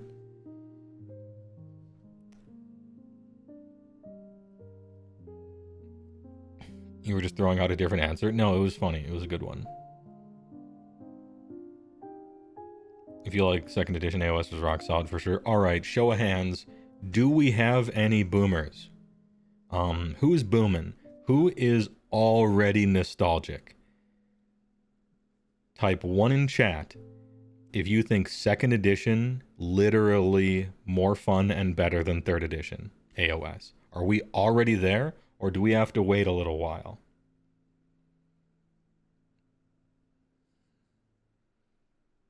And while I wait for that, poof. Vault Boy says yes. Oh, maybe just to the boomer allegations. You started AOS in 2nd, the wacky launch of 1st set you off. It probably would. I wasn't there for the wacky launch. I paratrooped in with the first GHB when the game got points and stuff. So I wasn't there for it. You like 3rd better, you miss your slaves from 2nd edition to BJ. AOS 2 was more fun only because the missions and GHBs weren't this overcomplicated mess. Enjoyed Knights on Lord on Kark, Ravagers, you may be crazy. Dude, Ravagers were good. They didn't look good, but boy, did they have good rules. Only thing you liked better about AOS 2 was being able to charge 10 cavalry in a line. Ooh. So good. Damn, line them up, gentlemen, start your engine style like actual cavalry should look. Shaking my fist.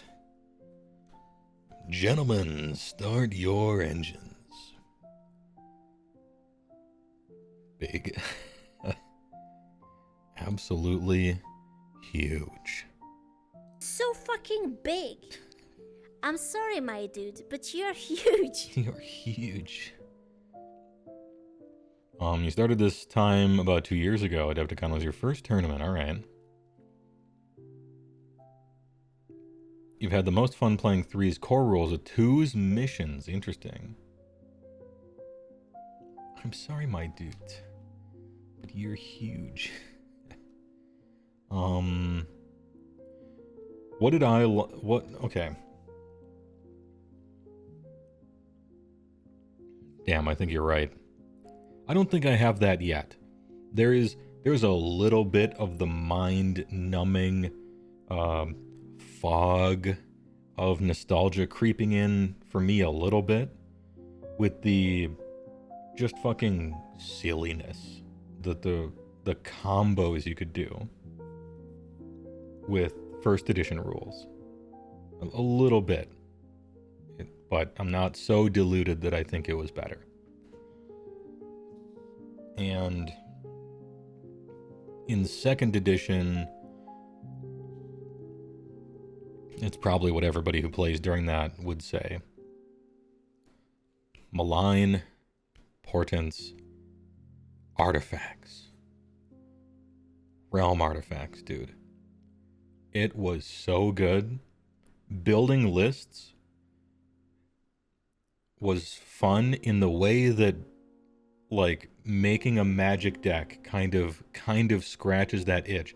The realm artifacts, it was like 1/100th of that, but it was just starting to scratch that, like, Magic the Gathering deck building kind of itch. You got to be creative. I built lists for fun in the realm artifacts time period, and I just don't in third. So this is like realm artifacts. I'm just gonna make a note for myself. Yeah. Ooh. Reminded your boomer-addled mind. That realm artifacts shit on third ed list building. It's boring now. The absolute creativity. That's probably the thing I miss the most about second edition is realm artifacts and how list building was fun. And there were no battle tactics. Oh, what a time to be alive.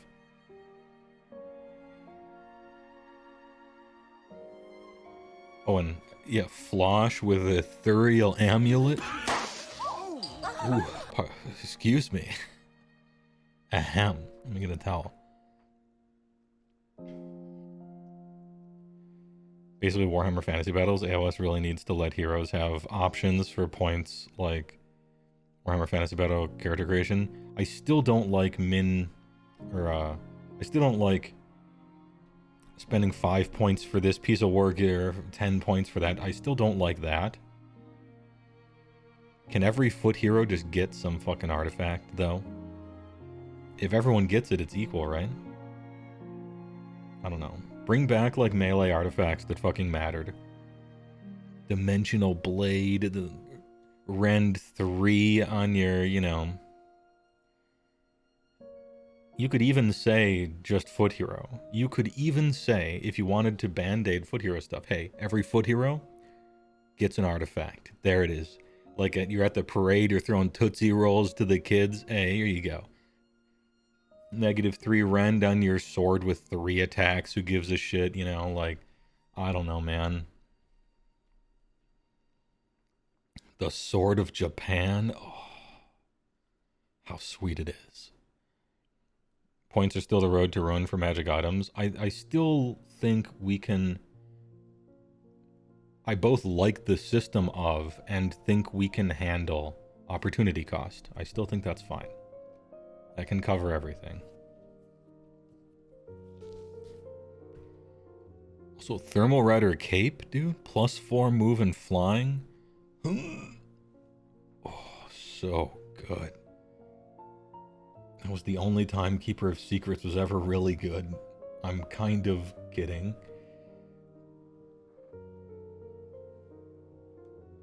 You want heroes to attach to a unit and grant that unit a special ability like what 40k does? I wonder about that. Looking at all the different changes they've made to command abilities and what's printed on Heroes War Scrolls and unit champions and stuff, I wouldn't be hugely surprised if we eventually walked down that road far enough to get there. I don't know if it'll ever happen. I don't know if it'll happen in 4th, but if we do, it won't be like terrifically surprising. Eventually. 2nd edition Copium on maximum overdrive right now. It is. We could admit when... I'm not saying 2nd edition was better than 3rd. I'm just saying. 3rd isn't...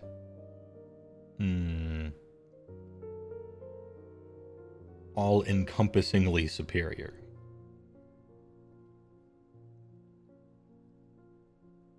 We can go from one edition to the next, try to move in a different direction, and admit when it didn't work.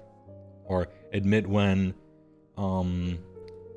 most of it was in a progressive manner, but then we rolled our ankle, oh no, Realm Artifact, we stumbled a little bit, but we can pick ourselves back up and be like, okay, we can get those back. We tried to do the battle tactic thing, and it was just entirely a mistake. Maybe not.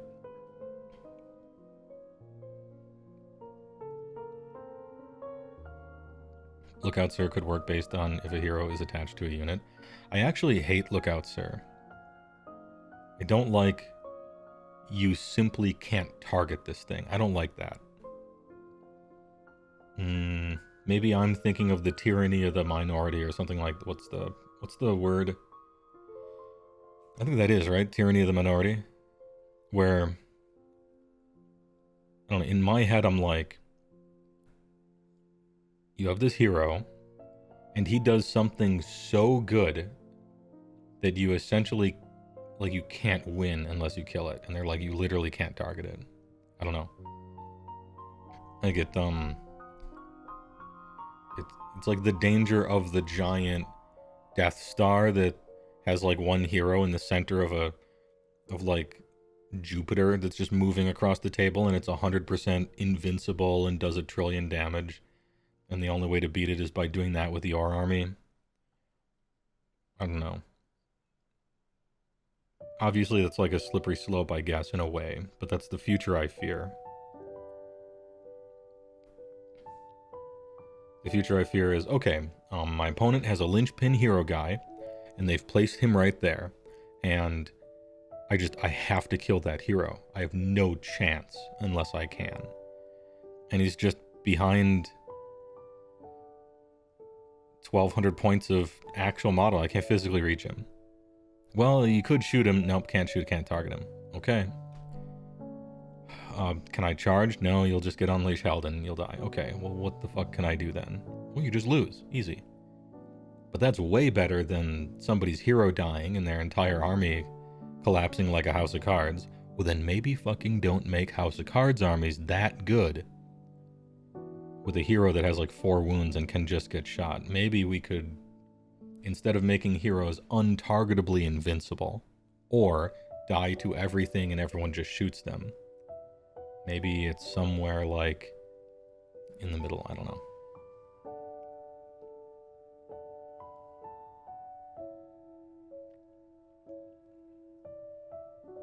Just lose, yeah. I did, thank you. I do. I do just lose. Unless my opponent doesn't think about where the Frost Lord could land, but they usually do.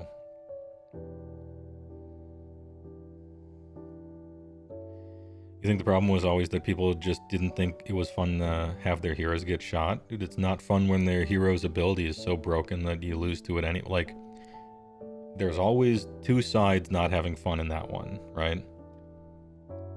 He just shot my hero, now my army doesn't work. That's not fun. Okay. Spin the table around for a moment, fucking record scratch. Man, that hero is giving his entire army Ethereal and a 5-up ward. And Mortals on 5-ups. And Unleash Hell. Boy, this is fun. This is awesome. I'm glad his fun isn't getting ruined by that hero dying. Awesome, you know? Like, who wins? Whose fun being ruined is worse, I guess, on which half of that table. Kinda depends. You know, it sucks to get your hero shot, and then the abilities turn off.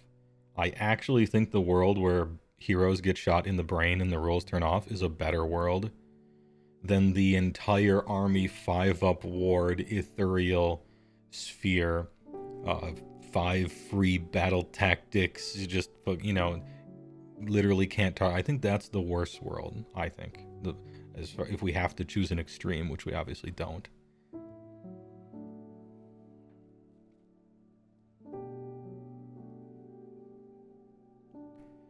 Wasn't this the same problem that Warhammer Fantasy had in one of its editions? Don't know, I never played that game. But probably. Here's the thing about ranged weapon fire. It's usually overpowered in games. In a vacuum. Because it's just good. Superior range and superior firepower is good in real life. Famous and all of human history. It's just better. Like, it's just great. It's a good strat. It's like the humble spear. It was just a great fucking invention, you know? And so naturally, if you translate it to a game, you gotta like do shit to make ranged weapon fire not amazing, I guess. And so it's not surprising that a bunch of war games shooting is just great, right? Because it is good. I don't know what you do about it. I think they handled it really poorly in third. I'm gonna be honest. I don't like Rally. I don't like Rally. I don't like Look Out, Sir, and I don't like Unleash Hell. It's 3 things they added to the game instead of nerf 2 shooting units. To me, I hate all those things. I don't like Rally. I think Unleash Hell is toxic, and I don't like Look Out, Sir. Kind of philosophically, and you could get rid of all those, and what have you done then? Like, maybe you're back to where you started. It's just less annoying. Because Rally was anti-shooting, and Unleash Hell is anti-shooting. And Look Out, Sir is anti-shoot. Just get rid of it and then have things shoot. Can things just shoot? Is that okay? And then if someone charges them, they just die. And that was the cost you pay. Shooting is overpowered. But the cost you pay for that is when they finally get to you, all your shooters die. And that's like the balancing point. So shooting is essentially front-loaded, but you always lose them. And you just have to see how long it takes. Yeah, I don't like any of that stuff.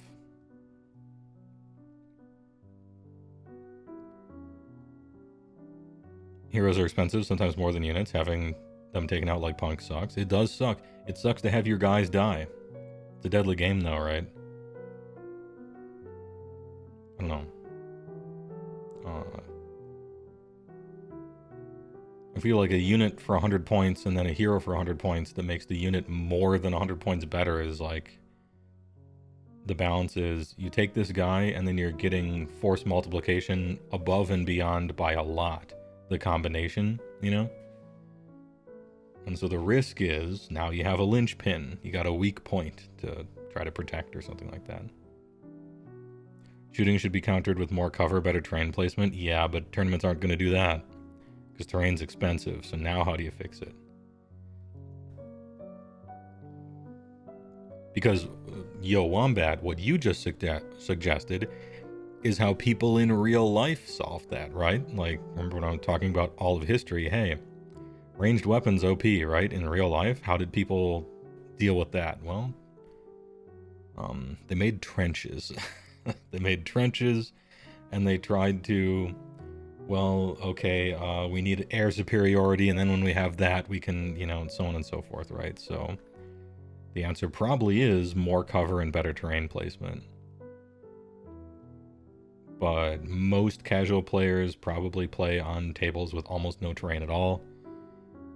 In tournaments, collecting a million pieces of terrain is really expensive and difficult, and it gets moved around all the time. How do you fix that with those real life issues under, I don't know. I'm not sure. Maybe you just have bitter memories of the Vanguard Raptor meta. Ah, yes. Hammer down, huh?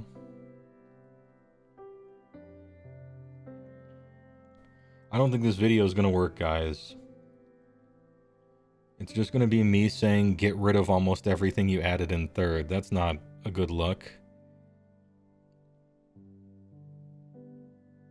I mean, that's not what I'm going to say, but that's what it's going to sound like, I think. You know? I'm going to be like, rally, get rid of it. Battle tactics, into the trash they go. Unleash hell, get rid of it. Look out, sir. Get out of here. I'm just going to be enhancements. Trash it. Rewrite it. It's going to sound like I hate third edition.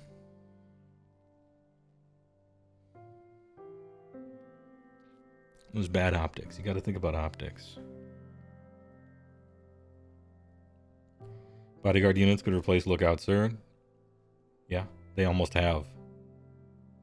Even without Lookout, sir, it's generally impossible to kill a hero if they have a bodyguard, right? It's just a combination of both. Oh, jeez. Have you ever tried to kill one Fire Slayer hero? I wonder if I could do it in 5 full rounds.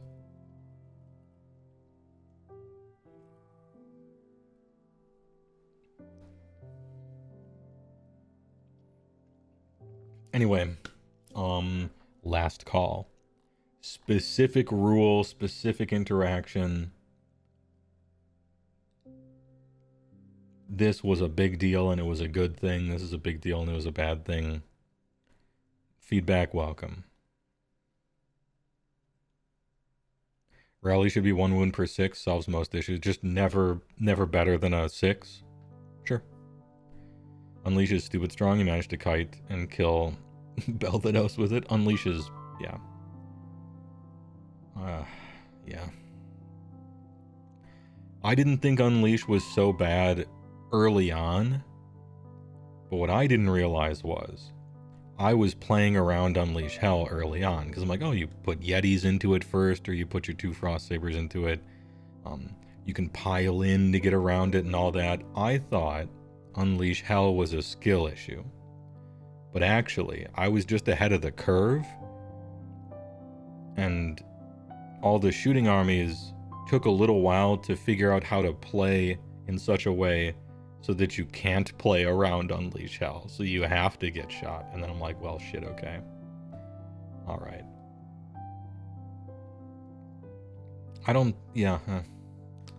It feels like a 40k rule, I'm gonna be honest with you. Unleash Hell feels like, well, it works like this in 40k sometimes, so we'll put it in AOS. I don't think it fits here, and I don't like it here. I think we remove some of the restrictions we've put on shooting, and then take away Unleash Hell, and we're are we even then? Have we balanced it out? Never better than a 6, but you should be able to use it on monsters to heal them. Oh, rally, yeah. Yeah, we should. We should just heal.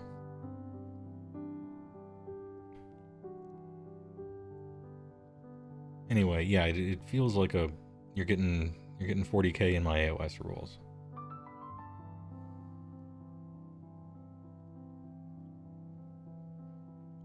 Unleash only hits on 6s, so you're just fishing for 6s in a lot of the shooting units anyway, right? That's what I have learned playing some Mournfang. It opened my eyes to this, because Mournfang have an ability that means they can only get hit on 6s from Unleash Hell. And I'm like, wait a minute. That's the majority of shooting units' damage. They don't care about the non-6s they roll anyway. Okay. Yeah. Because every 6 is a mortal wound, so they just die anyway.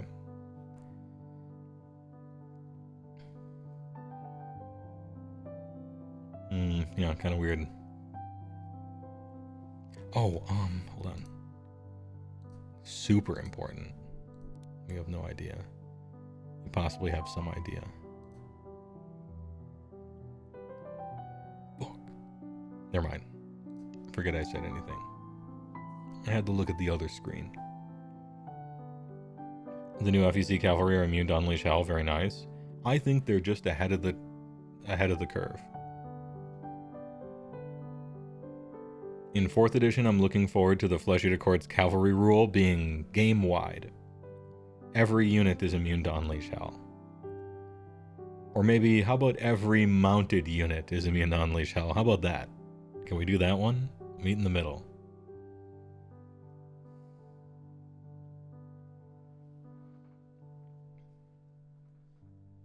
Anyway, this is good. I got some nice notes. Slurped up some community feedback.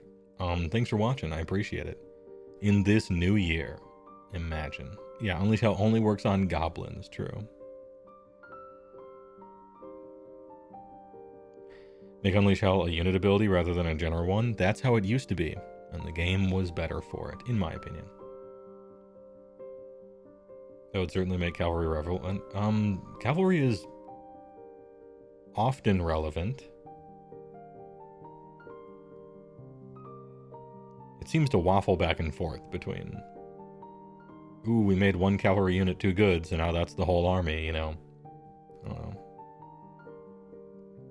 I think cavalry should have a keyword and do something. Is this out of pocket? I think cavalry should inherently do something. Like the concept of cavalry. I think they should do something. As a treat. I don't have any idea what that could be. Maybe something inherent to the nature of being on guys. Mortal wounds on the charge for all cav. My special thing? I mean, just something. I don't know. Like, what is cavalry usually a foil against? Maybe they're good against that, or I don't know. I'm not saying make them better necessarily, just I think that they should, like, be a thing and maybe matter. The nature of it. Strike first against non-spears, knowing Unleash Hell at all. I don't know. Usually when a streamer brings something like this up, they actually just want to tell you their idea, but I didn't have a plan here. I just think Cav should, like, be special in some way, like be a thing. In the same way that Foot Troop or Foot Hero or something, Dylan! You know. You son of a bitch. Dredge Zaza. Thanks for the raid, dude. I appreciate it. What are you guys doing? Big Raider. They used to get impact hits when initiative was a thing. Maybe a trample-esque ability. Something. Dredge 20 raid. Is this, Dredge? This is a magic reference? If not, please ignore.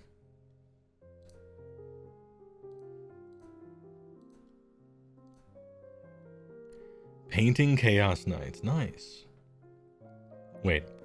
Chaos Knights could mean two things. It could be 40k with the robots, or it could be Age of Sigmar with the completely badass black armor knight guys. Which one was it?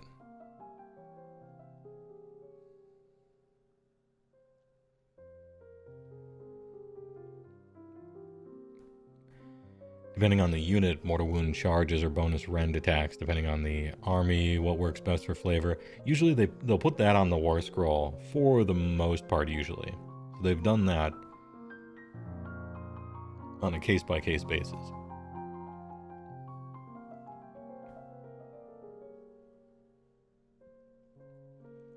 Sadly, 40k, you were painting up your Slaanesh-aligned war dogs. Nice. I don't think it's sadly 40k. Look, just because I do Age of Sigmar doesn't mean I hate 40k.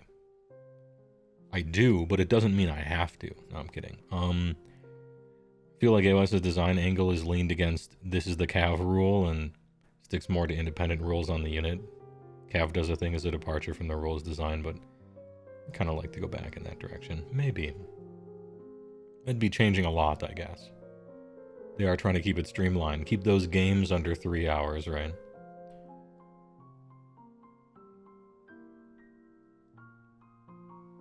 It could mean Old World now, too. Oh, true. Actually, I guess it could mean... How many things could it mean?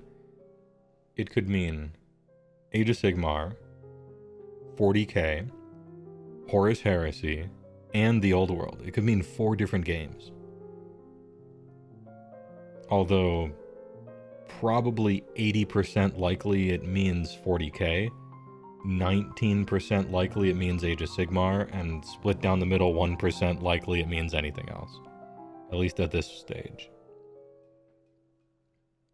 Is Old World old sculpts? Yes. Not entirely. There's like 1 or 2, you know, they put out like 1 or 2. But for the most part, it's the old sculpts, yeah.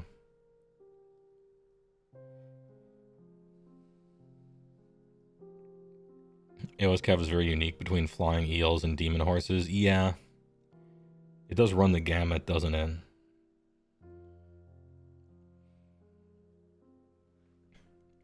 Your name is not a reference to Dredge and Magic. You wish it were? Well, don't worry about it. Hey, next time you're going to draw a card, just mill. Put that shit back in your hand.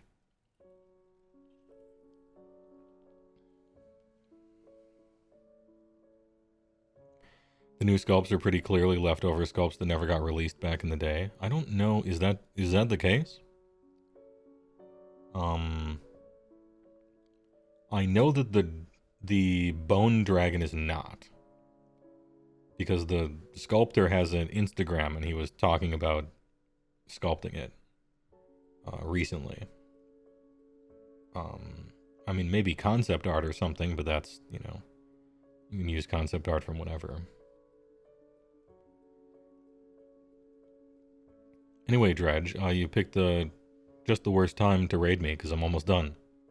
We're talking for a good 4.5 hours. I'm trying to get people's feelings about 3rd edition retrospective, just how they're thinking about it, and kind of summing up thoughts. Maybe do a thing on it.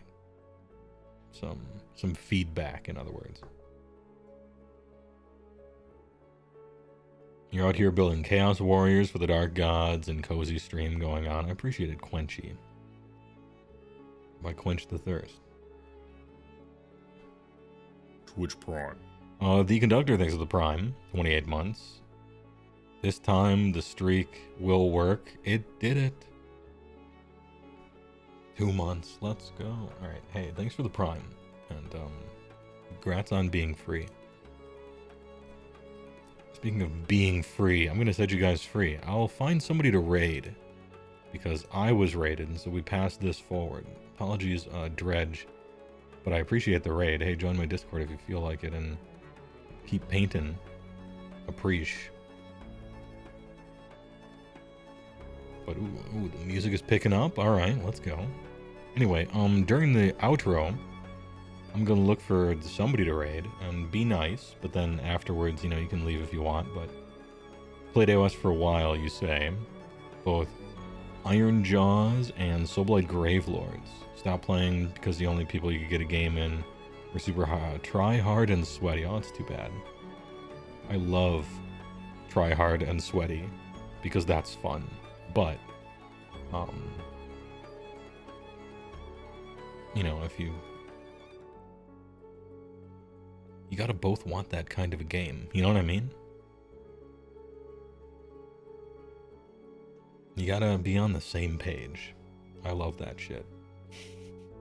And I think it makes for a better, like, stream game in general. Because everybody likes it when the streamer loses, you know? There's, like, a hype moment.